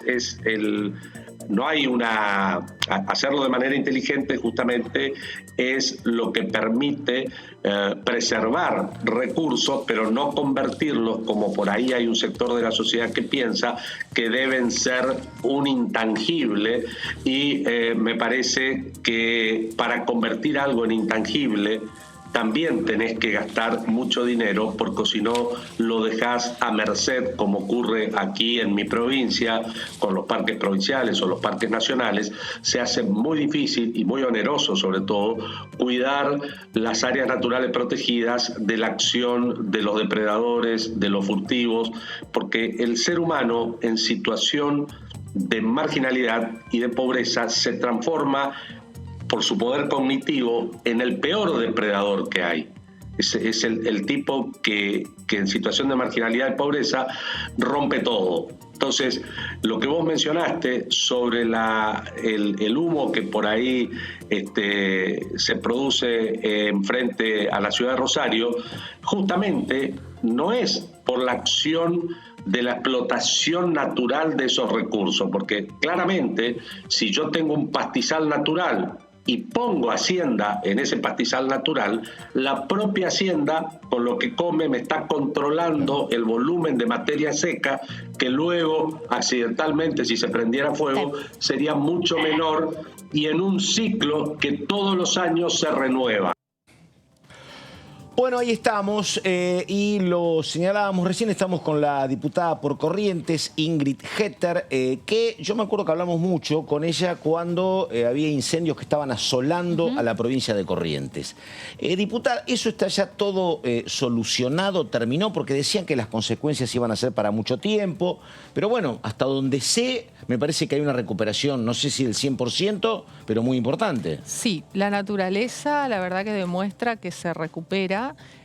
Pero por supuesto lo que nosotros decíamos, y es un poco lo que está pasando, se recuperó muchísimo el pasto, los esteros volvieron a tener agua, pero los bosques naturales que se quemaron, por supuesto eso va a llevar 20 años por lo menos recuperarse, y las pérdidas... ¿Y los bosques, perdóneme, eran bosques para sacar madera? No, los bosques naturales, los no se usaban para nada, no hay una pérdida económica. Hubo pérdida económica también, porque también se quemaron pero no es como una explotación como hay en otros lugares de Entre Ríos o en Uruguay, que hay madera. No, Corrientes tiene forestación, de hecho es la provincia con mayor superficie forestada del país, pero se han quemado hectáreas, eso ha habido una pérdida, pero bueno, eso sí ha sido una pérdida económica, pero también se quemó, y eso mucho no se habló, muchos montes de las reservas. Y eso demora 20 años en recuperarse. Pero los cocodrilos volvieron, ¿no? Los animales volvieron, muchos animales fueron tratados todavía hoy. Diariamente uno ve videos de un centro de recuperación que se armó, que la provincia lo puso en marcha, y todavía diariamente ven videos que reproducen los veterinarios que están trabajando ahí, como animalitos como venados, gatos montés, demás, son reincorporados al ambiente después de haber sido tratado un tiempo largo por sus quemaduras. Hablamos de, perdóneme, humedales. Usted en lo personal, porque está todo muy cruzado. ¿Usted cree que es importante la ley de humedales o que no sirve? No, yo creo que no sirve. Ahí, bueno, recién estábamos escuchando recién a Schiavoni, ¿no? También del bloque que integra la diputada. Y Esto no quiere decir que yo no esté a favor de la protección del ambiente. Por favor, que no se malinterprete. Yo lo que creo es que la protección del medio ambiente está regulado por las provincias, lo tienen que hacer. Y una ley de humedales me parece que va a venir a complicar aún más y a... A ver, yo acompañé un proyecto del ingeniero Vara, del diputado Vara, donde establece qué son los humedales y demás, pero coincido un poco con lo que decía Alfredo, de que no va a cooperar. De hecho, los incendios en Corrientes se produjeron muchísimo en las reservas naturales, porque también en los campos productivos, pero en las reservas naturales no había un sistema para proteger esas reservas. Entonces, hay que ver si realmente la ley de humedales va a hacer que no se produzcan esas catástrofes ambientales. De humedales, básicamente, ¿qué quisiera? Que haya zonas que no sean cultivables. Sí. Y ahí choca con el tema de si esa propiedad es propiedad privada o es fiscal. Cultivables el privado dice yo planto. Ni construibles también. Construibles más acá en el conurbano, me parece, ¿no? Bueno, no pero la zona de Nordelta, eso viene también de ese lado. Ahí yo lo que digo es, actualmente ya hay parques nacionales. En Corrientes tenemos una reserva importantísima, una reserva nacional de Liberá y una reserva provincial. Entonces, creo que tenemos que poner todo el foco y la atención en custodiar esas reservas, que son todas humedales, en realidad. Y no una ley de humedales que después deje al final la frontera poco clara. Y bueno, Corrientes sería todo humedal. Tengo una amiga escéptica que dijo no sale nunca humedales. No, yo no dije que no saliera nunca, pero lo que uno está observando es que es una ley que viene de hace mucho tiempo, que no se llegan a los consensos por los fuertes lobbies a favor y en contra que permanentemente están en tensión. Y bueno, es un tema transversal, que corta transversalmente todos los bloques, y es una ley que atenta contra intereses muy importantes, ¿no? Entonces, ¿hay un cálculo de cuántas hectáreas serían como quitadas a la producción? ¿Si hay ley de humedales o no? Yo le vuelvo a decir, Corrientes prácticamente sería todo un humedal. Prácticamente, porque Corrientes es una provincia donde tiene, esteros por sobre todas las cosas. En los esteros, en el suelo inundable, por ejemplo, la producción de arroz se puede hacer solo en ese tipo de suelo. El arroz es la producción que más divisas genera en la provincia de Corrientes. Por eso es importante tener reservas, muchas hectáreas de reserva, como tenemos nosotros, el Parque Nacional, y asegurar que esas reservas estén bien custodiadas en términos de que no haya catástrofe como incendios, que no haya cazadores furtivos, todo, que proteger la fauna, que no haya introducción de especies que no son de la zona, tenerlas bien custodiadas, pero después hacer una ley para proteger humedales en general, no sé en qué realmente va a ayudar realmente. Por eso no estoy a favor. ¿Recién participó de la Comisión de Transporte? No, porque no estoy más en la Comisión de Transporte, estuve los 2 primeros años, pero la verdad que estaba interesada, tenía otra reunión antes porque yo soy autora de un proyecto cuando nosotros estuvimos en la Comisión de Transporte sobre alcohol cero. Entonces nos interesa ver que nos cuente si se está tratando algo similar a lo que usted propuso. Sí, se está tratando, yo creo que estaban invitados el director de Seguridad Vial y una representante de las madres víctimas de los accidentes. Nosotros en su momento se hizo una sola la reunión informativa cuando el diputado Cano era el presidente. Nosotros estamos totalmente a favor de la ley de alcohol cero al volante y creo que todos los proyectos son más o menos similares, que llevan, hoy es exigible o se exige que el conductor de camiones y colectivos tenga alcohol cero. Bueno, nosotros queríamos llevarlo a todos los conductores. ¿Y por qué a todos los conductores alcohol cero? Porque las estadísticas muestran los accidentes, muchísimos accidentes que tenemos o que tenemos víctimas de personas, accidentes entre dos vehículos o que matan peatones, muchos tienen alcohol en sangre. Y la única solución, y aparte creo, nuestro fundamento un poco era que hay provincias que lo han implementado y que las estadísticas son buenas, o sea que hay una muestra de que es efectiva esta ley. Y además el ser humano, digamos, uno si consume, es muy difícil graduar dónde estoy todavía dentro del límite y dónde me pasé, digamos, tomando, porque la crítica es esa, no puede ser que nos impidan tomar un vaso de vino. Bueno, pero los organismos también reaccionan en forma diferente. Quizás a mí un vaso de vino o dos vasos me lleve a que no tenga... Y ahora, yo le pregunto lo siguiente, la mejor solución es alcohol cero. Lo hablábamos fuera al principio del programa con Pato, ¿no? Y con Dani. Digo, está bien la cuestión del alcohol cero. Yo la verdad es que no sé si, digamos, me parece que es demasiado drástica, pero bueno, nada, soy neófita en el tema, lo admito. Pero da la impresión de que se avanza con el tema del alcohol y quizás con otras sustancias que son igual o más nocivas. Digo, hablábamos, por ejemplo, de fumarte un porro. También te altera los sentidos de una manera peor todavía que el alcohol. Y se fuma, digamos. Coincidimos, y se coincide. Coincido con vos. En realidad hay que poner alcohol cero, sustancia cero, o sea, sí. No, porque da la impresión de que vos, digamos, con este proyecto de ley, al poner alcohol cero, digamos, al final es contraproducente porque tenés todo el lobby de las bodegas en contra que te van a tratar de impedir que te saquen la ley, porque, digamos, la verdad es que hay un lobby fuerte, de hecho es lo que impidió que cualquier ley en cualquier sentido saliera, pero al mismo tiempo voy a decir, bueno, ok, no consumo, me fumo un porro, total, digo, es un tema, digo, como que se penaliza una cosa pero la otra no, entonces ¿en qué quedamos? Uno quiere evitar accidentes. Y además el tema me parece que, digo, yo puedo coincidir, pero hablábamos con Laura de que cuesta mucho imponerlo en términos culturales esto. ¿Por qué? Yo creo que puede ser, no sí, sé, hay provincias que han aplicado, por ejemplo Córdoba es una de ellas, y la gente se va acostumbrando. Los grupos de amigos, uno es el que va al volante no consume. Yo le contaba lo de Santa Fe, pero lo que hay en Santa Fe también en Santa Fe Ciudad, es un tremendo control de la policía, que yo no sé si eso están en condiciones de implementarlo, porque es una capital de una provincia, con mucha policía provincial, no, digo, ¿lo podés implementar en Cava? ¿Lo podés implementar en el conurbano? No sé si puede haber tanto control. Digo, porque si hay control, la gente no maneja alcoholizada. O se pide una aplicación o maneja a alguien.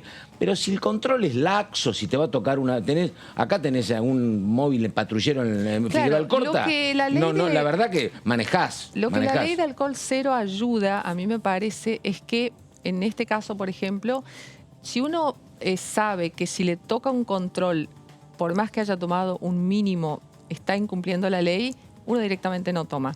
En cambio, bueno, en mi provincia, por ejemplo, hay bastante control, pero no hay alcohol cero. Entonces, la gente, no hay alcohol cero y hay mucho control. O sea, en las Pero ahora sí habría alcohol cero a partir de esta ley que sería nacional. Claro, si hay nacional, si hay una ley nacional. Eso es lo que reclama. Vos decís, che, denme un poquito, ¿no? Si tomo una botella, tomo una copita de champán, pero déjenme yo creo manejar. Que ahí después se presta a confusión. Yo soy parte donde dice, bueno, pero esto no me va, esto no creo. Y después se queja la gente porque dice, me dijeron que superaba la graduación y tomé media cerveza. Bueno, y ahí ya entramos. Yo creo que lo más sano, la verdad, y soy muy proclive a defender las libertades. 0,5, 0,2 o 0,3 afecta o no tus reflejos a la hora de conducir. Usted me dice que no hay por ahora un parámetro que diga abajo de tal graduación. No afecta, pero es muy difícil que vos como consumidora sepas cuánto estás consumiendo. Bueno, pero una campaña de concientización. ¿Entendés? Si vos decís, mira, podés tomar hasta una copa de vino. No sé qué legislación comparada hay. La verdad que no sé qué pasa en México, qué pasa en Brasil. Bueno, en Europa, en por España ejemplo, no sé cómo es. Bueno, en Europa, en casi todos los países es alcohol cero.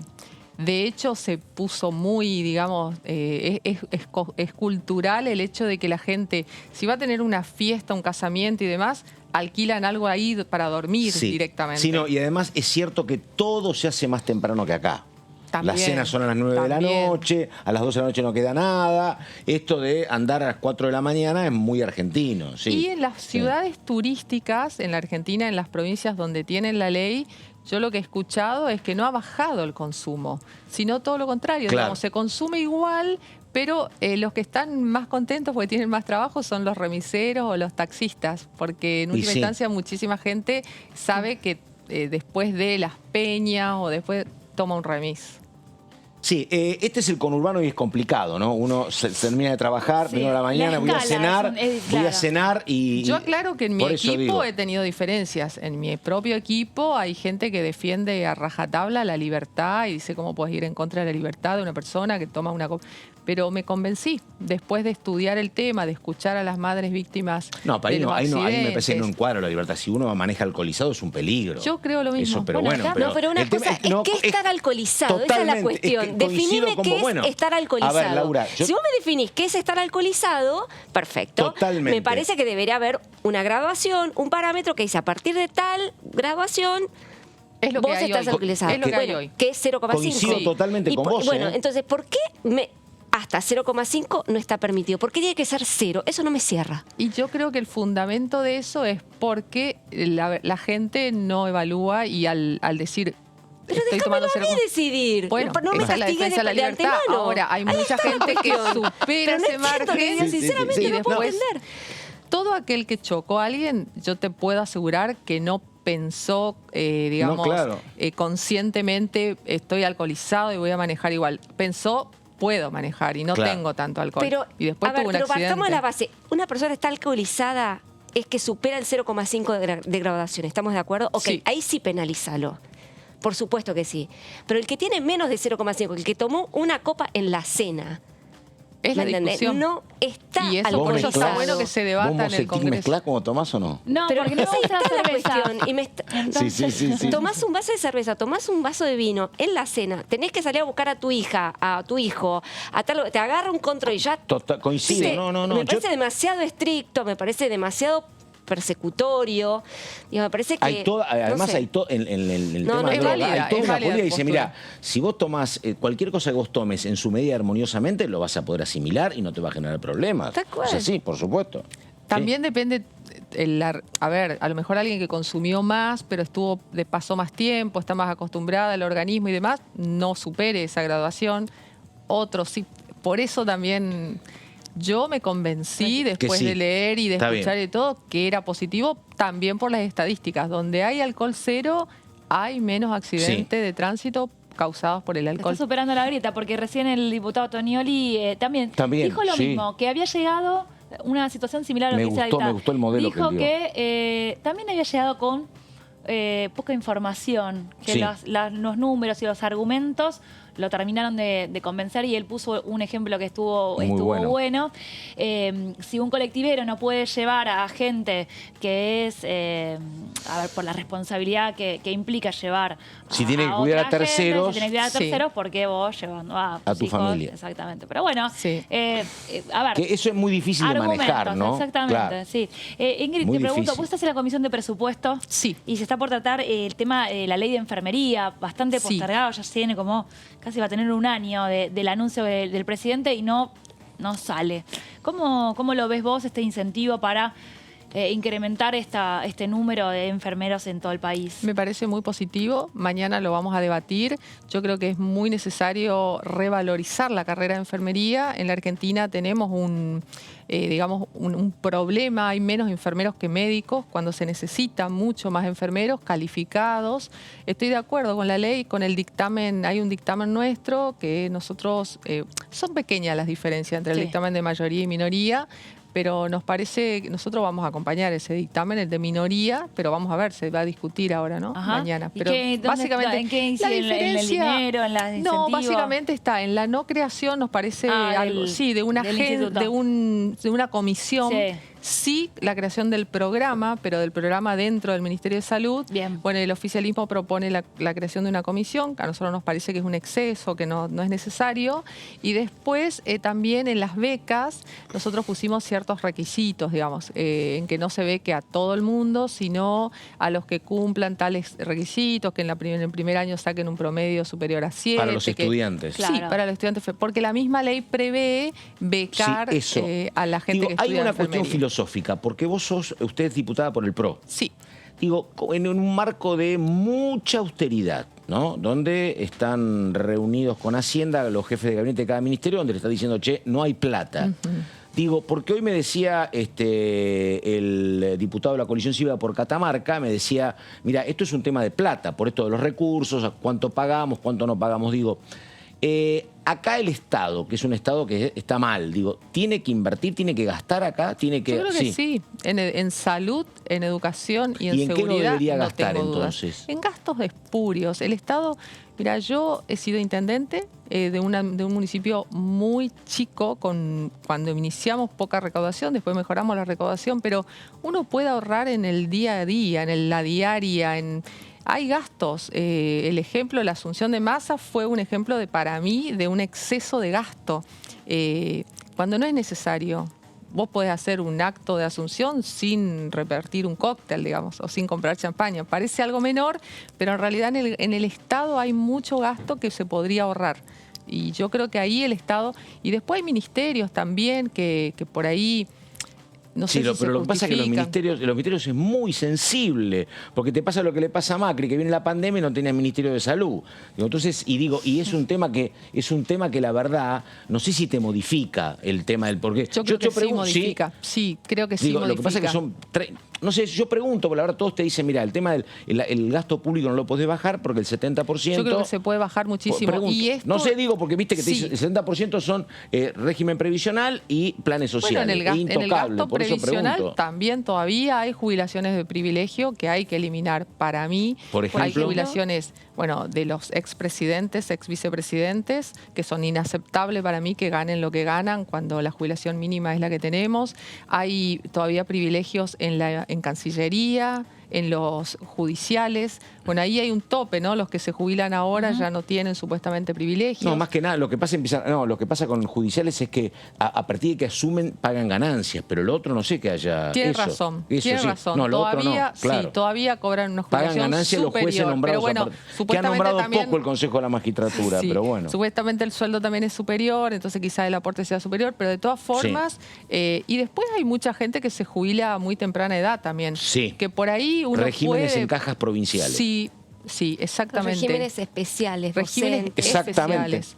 50 y pico de años. Bueno, por ahí puede ser justificado por la función y demás, pero habría que encontrarle una vuelta que siga cumpliendo otra función dentro del Estado y el tema siga es que vos ahí aportando. es cuando vas contra derechos adquiridos. Totalmente. Y es una complicación, digamos, avanzar sobre este tipo de cuestiones, ¿no? Donde ya están consagrados derechos.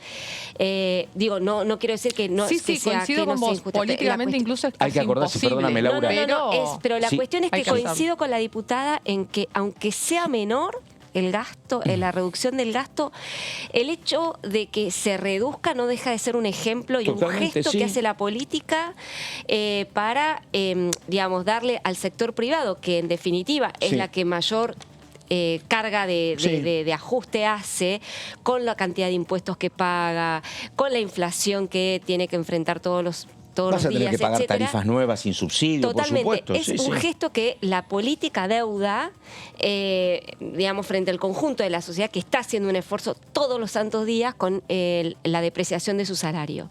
Entonces, aunque sea menor, Pato, aunque sea menor, aunque te bajen 10 palos, digamos, no importa. Te diga, mira, ahorré o tengo tal. Yo siempre digo, ¿viste? No hay que, digamos, refugiarse en esto de que el 70% del presupuesto no se puede tocar. Se puede tocar. Sí. Y el resto también se puede tocar. Sí, coincido. Sí, y yo quería, perdón, pero quería decir que puedo asegurar que se puede tocar, como muy bien decía ella, porque viniendo de un municipio muy chico, que donde tenías que hacer austeridad casi obligatoriamente, después pasé a estar en Vialidad Nacional. Un organismo, bueno, que con maneja... Iguacel. Con razón con vos apoyás Iguacel. Ahora entiendo, claro. Porque lo tuve de jefe y sé que es muy eficiente. Sí. Y bueno, lo que quiero decir, ahí se manejaban millones, ¿no? Porque las obras públicas, las obras de ruta son muy caras, muy grandes, pero el gasto del funcionamiento a mí me sorprendía y cuando tuve la oportunidad lo reduje.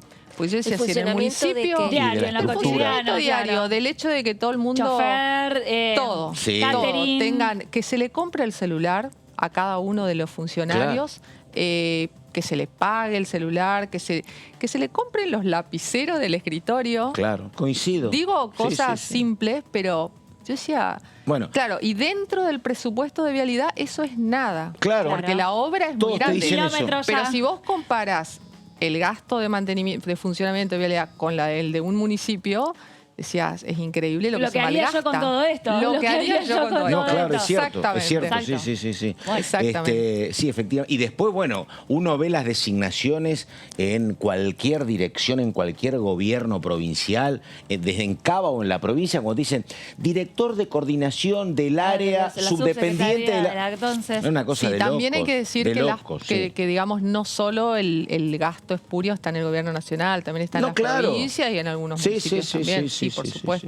Te pregunto, recién estuvimos hablando también, hoy hubo una alerta de parte del radicalismo sobre la llegada, la visita del jefe de gabinete de acá a diputados, que fue nuevamente postergada. ¿Por dónde orientaron las preguntas ustedes? ¿Qué quieren saber?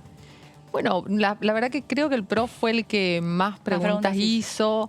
Nosotros le preguntamos, a ver, no recuerdo puntualmente ahora, pero sí enviamos preguntas de todo, del funcionamiento, del costo. A ver, estoy pensando, bueno, las cuestiones del incendio, cuánto dinero o cómo se va a manejar de ahora en más el Ministerio de Ambiente. ¿Qué quieren saber? No importa. En general queremos saber en qué está el Estado, en qué piensa ahorrar el Estado, cómo se propone bajar la inflación, cómo se propone... ¿qué piensa? ¿Qué paquetes y medidas de leyes van a mandar al Congreso? De eso no hay nada todavía. No tenemos respuesta. Incluso yo no sabía, y disculpa, no sabía que postergó la visita.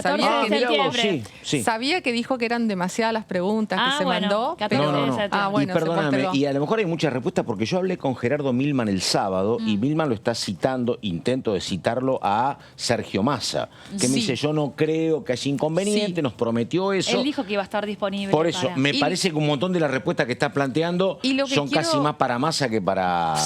todas las preguntas. Porque en realidad las preguntas las hicimos antes del cambio de ministro y la creación de un superministerio, exactamente, que el jefe de gabinete era el que nos podía dar esas respuestas. Pero yo creo que el problema es que el jefe de gabinete debiera venir más asiduamente. Entonces las preguntas serían más acordes al momento y no se juntarían tantas cuestiones, digamos, que tenemos tanto tiempo. Por eso hoy se torna casi como...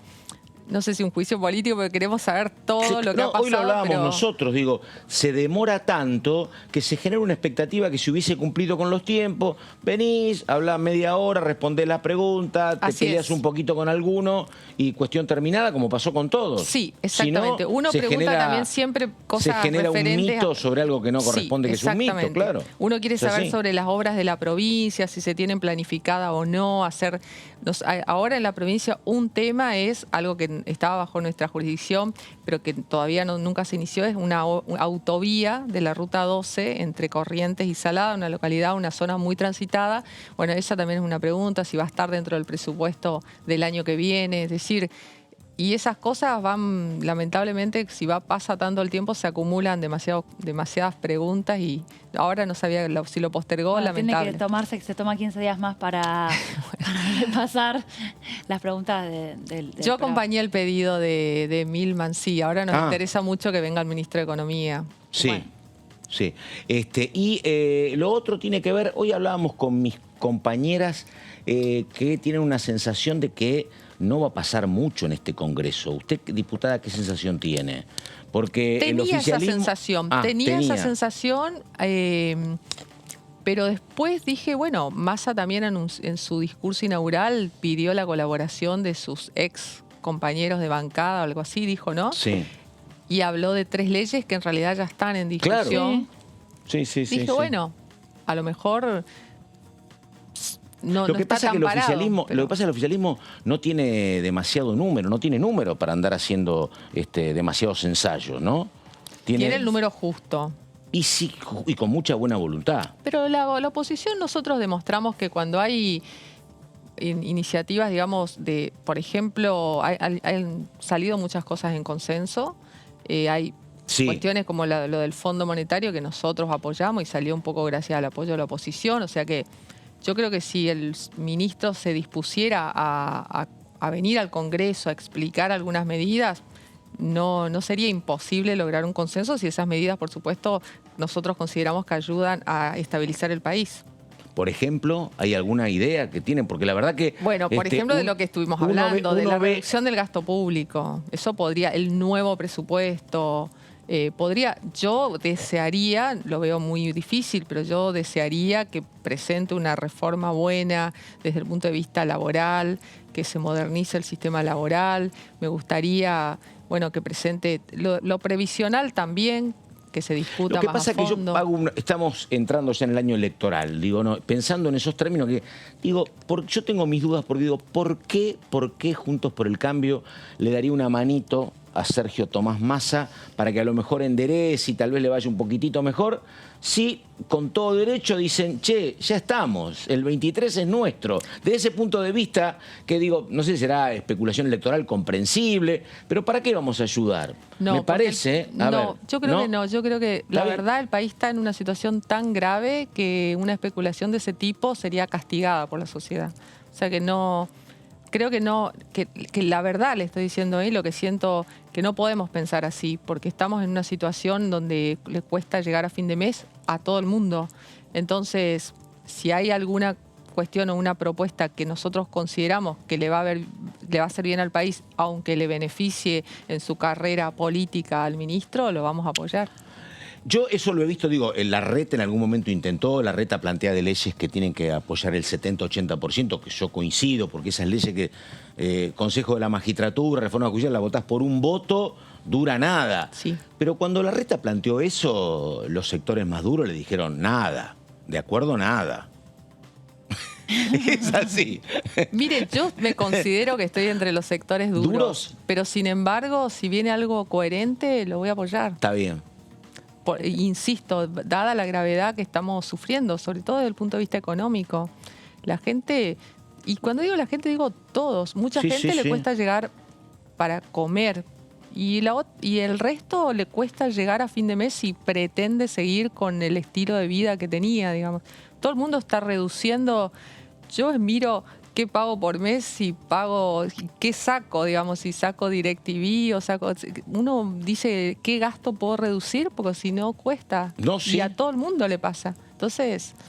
Pero por ejemplo, en Corrientes, ¿ustedes ven, por ejemplo, el tema de la inflación, que es más grave o en algunos puntos en particular? Es muy bueno, es muy bueno porque me hiciste acordar de algo, un tema que quiero plantear sin falta, que es, si bien estoy de acuerdo en que sea más racional el tema de las tarifas y el nuevo ministro anunció de que va a poner un tope al subsidio, nosotros estamos presentando un proyecto para que la zona que no tiene gas natural, entre las cuales está Corrientes, Misiones, Chaco y Formosa, que nosotros no tengamos ese tope y tengamos otros más altos. Porque en Corrientes, por ejemplo, tenemos el calefón, el termotanque... Todo eléctrico. Todo eléctrico. Bueno, claro, ustedes... Porque la garrafa es solo para la cocina. Cuando se aprobó zonas frías, llegaba la gente del norte planteando zonas calientes. Claro. Ahora, el tema es que ahí, si te toca un analista ortodoxo de Juntos por el Cambio, te va a decir, mira, Ingrid, no se puede, te va a decir, hay que ahorrar. Por eso digo, pero en este caso... Bueno, pero lo que ellos no dejan, ellos pagan mínimamente de garrafa comparado con un consumo de estufa yo en coincido, Ciudad de Buenos Aires, yo coincido. No hay ningún punto de Corrientes... con gas natural. Llega el gas natural hasta la localidad de Paso de los Libres y llega hasta Mercedes, pero solo para industrias. No hay red domiciliaria. Casas, no.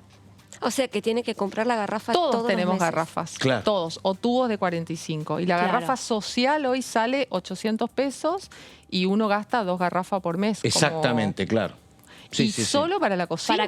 Para cocinar. Y en el caso de calentar el agua, calefón eléctrico o termotanque. Totalmente. Y porque también tenemos algunos días fríos, tenemos el aire acondicionado calor que gasta muchísimo. Sí, digamos. claro.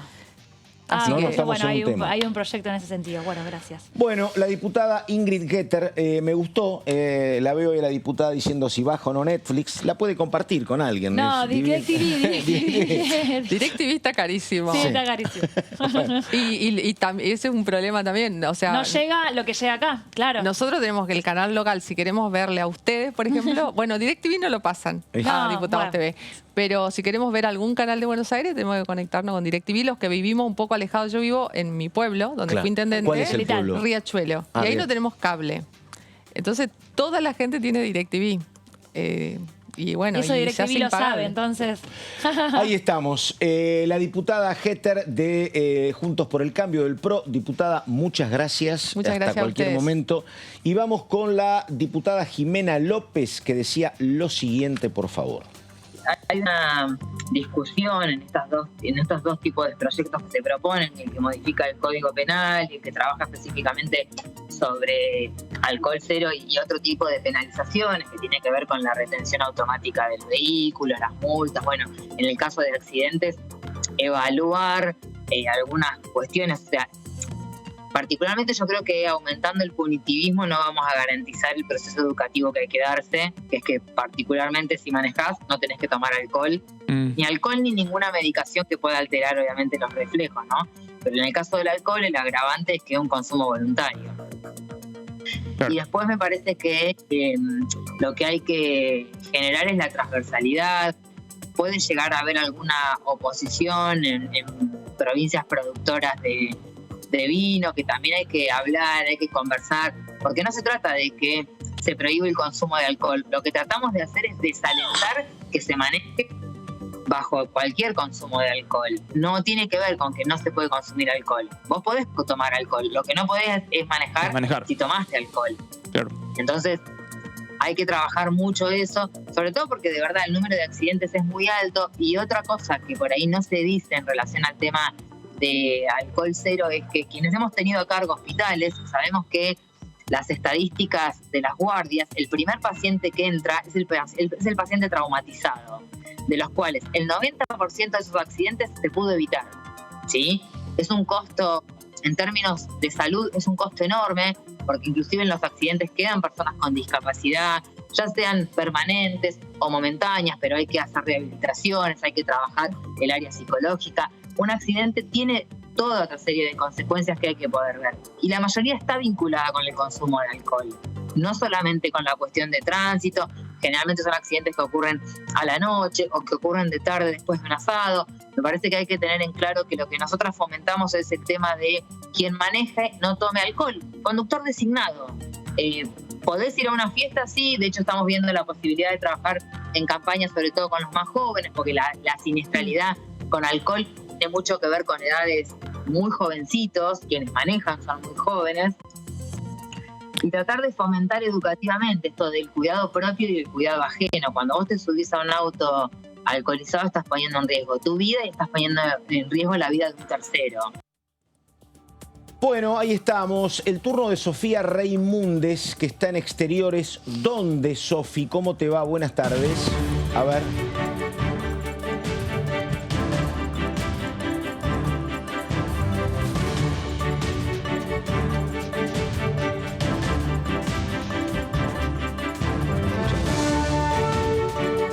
En Exteriores, en nuestro Palacio Legislativo, en el Salón Blanco, porque a las 16 horas, a las 4 de la tarde, comenzó esta charla debate sobre el hidrógeno verde y la necesidad de un marco regulatorio a nivel nacional. Este encuentro fue propuesto por la diputada de la Unión Cívica Radical por la provincia de Mendoza, Pamela Verasay, y estuvo acompañada por importantes personalidades y diferentes investigadores influyentes de la temática que acompañaron acompañaron su exposición y resaltaron la importancia de cumplir con los objetivos que se plantearon el año pasado, durante el 2021, en la cumbre de Glasgow, en Escocia, que visitó Gladys González, la senadora, y también Leonardo Grosso por parte de la Comisión de Recursos Naturales y Conservación del Ambiente Humano, y en la que se trazaron diferentes objetivos para la Agenda 2030, que es la Agenda Verde. En esta oportunidad, la diputada convocante estuvo acompañada también por Jimena Latorre, de la Unión Cívica Radical por la provincia de Mendoza, también por Ana Clara Romero, de Chubut, y compañero de provincia, mandato cumplido, estuvo también presente el diputado Gustavo Mena, que realizó un discurso, bueno, muy específico sobre el trabajo que él realizó durante el año pasado para la explotación de este recurso natural tan importante y lo que muchos consideran la energía del futuro, ¿no? Porque es muchísimo más amigable con el medio ambiente y podría tener un importantísimo valor agregado para nuestro país, ¿no? Para nuestras exportaciones y para la explotación de nuestros recursos naturales. Así que acaba de finalizar y aquí nos quedamos trabajando para encontrar, para conseguir algún testimonio de algún diputado o diputada nacional. Muy bien, Sofi, muchas gracias. Aprendimos algo de hidrógeno verde, así que nada, buenas tardes y hasta cualquier momento. Chau, chau. Bueno, nos tenemos que ir exactamente, faltan apenas instantes para las 6 de la tarde. Ya viene Amanda Alma. Laura Serra, lo vamos a conseguir, Laura Serra, vamos a conseguir alguna habilitación 020 para el tema del alcohol cero. Vamos a dar la pelea, Serra. Ahí estamos. No me quedó clara tu posición. No, yo estoy a favor del 020, Laurita, sí. Pero, viste, qué sé yo. No, yo creo que sí, en serio. Creo en la responsabilidad individual. Me están echando. Mocetic. Hasta luego. Mañana muchas comisiones, ¿eh? Exactamente. Agéndense. Muchas gracias. Bueno, esa es Aptemia, Mocetic. Así que, nada más. Terminamos. Gracias. Buenas tardes.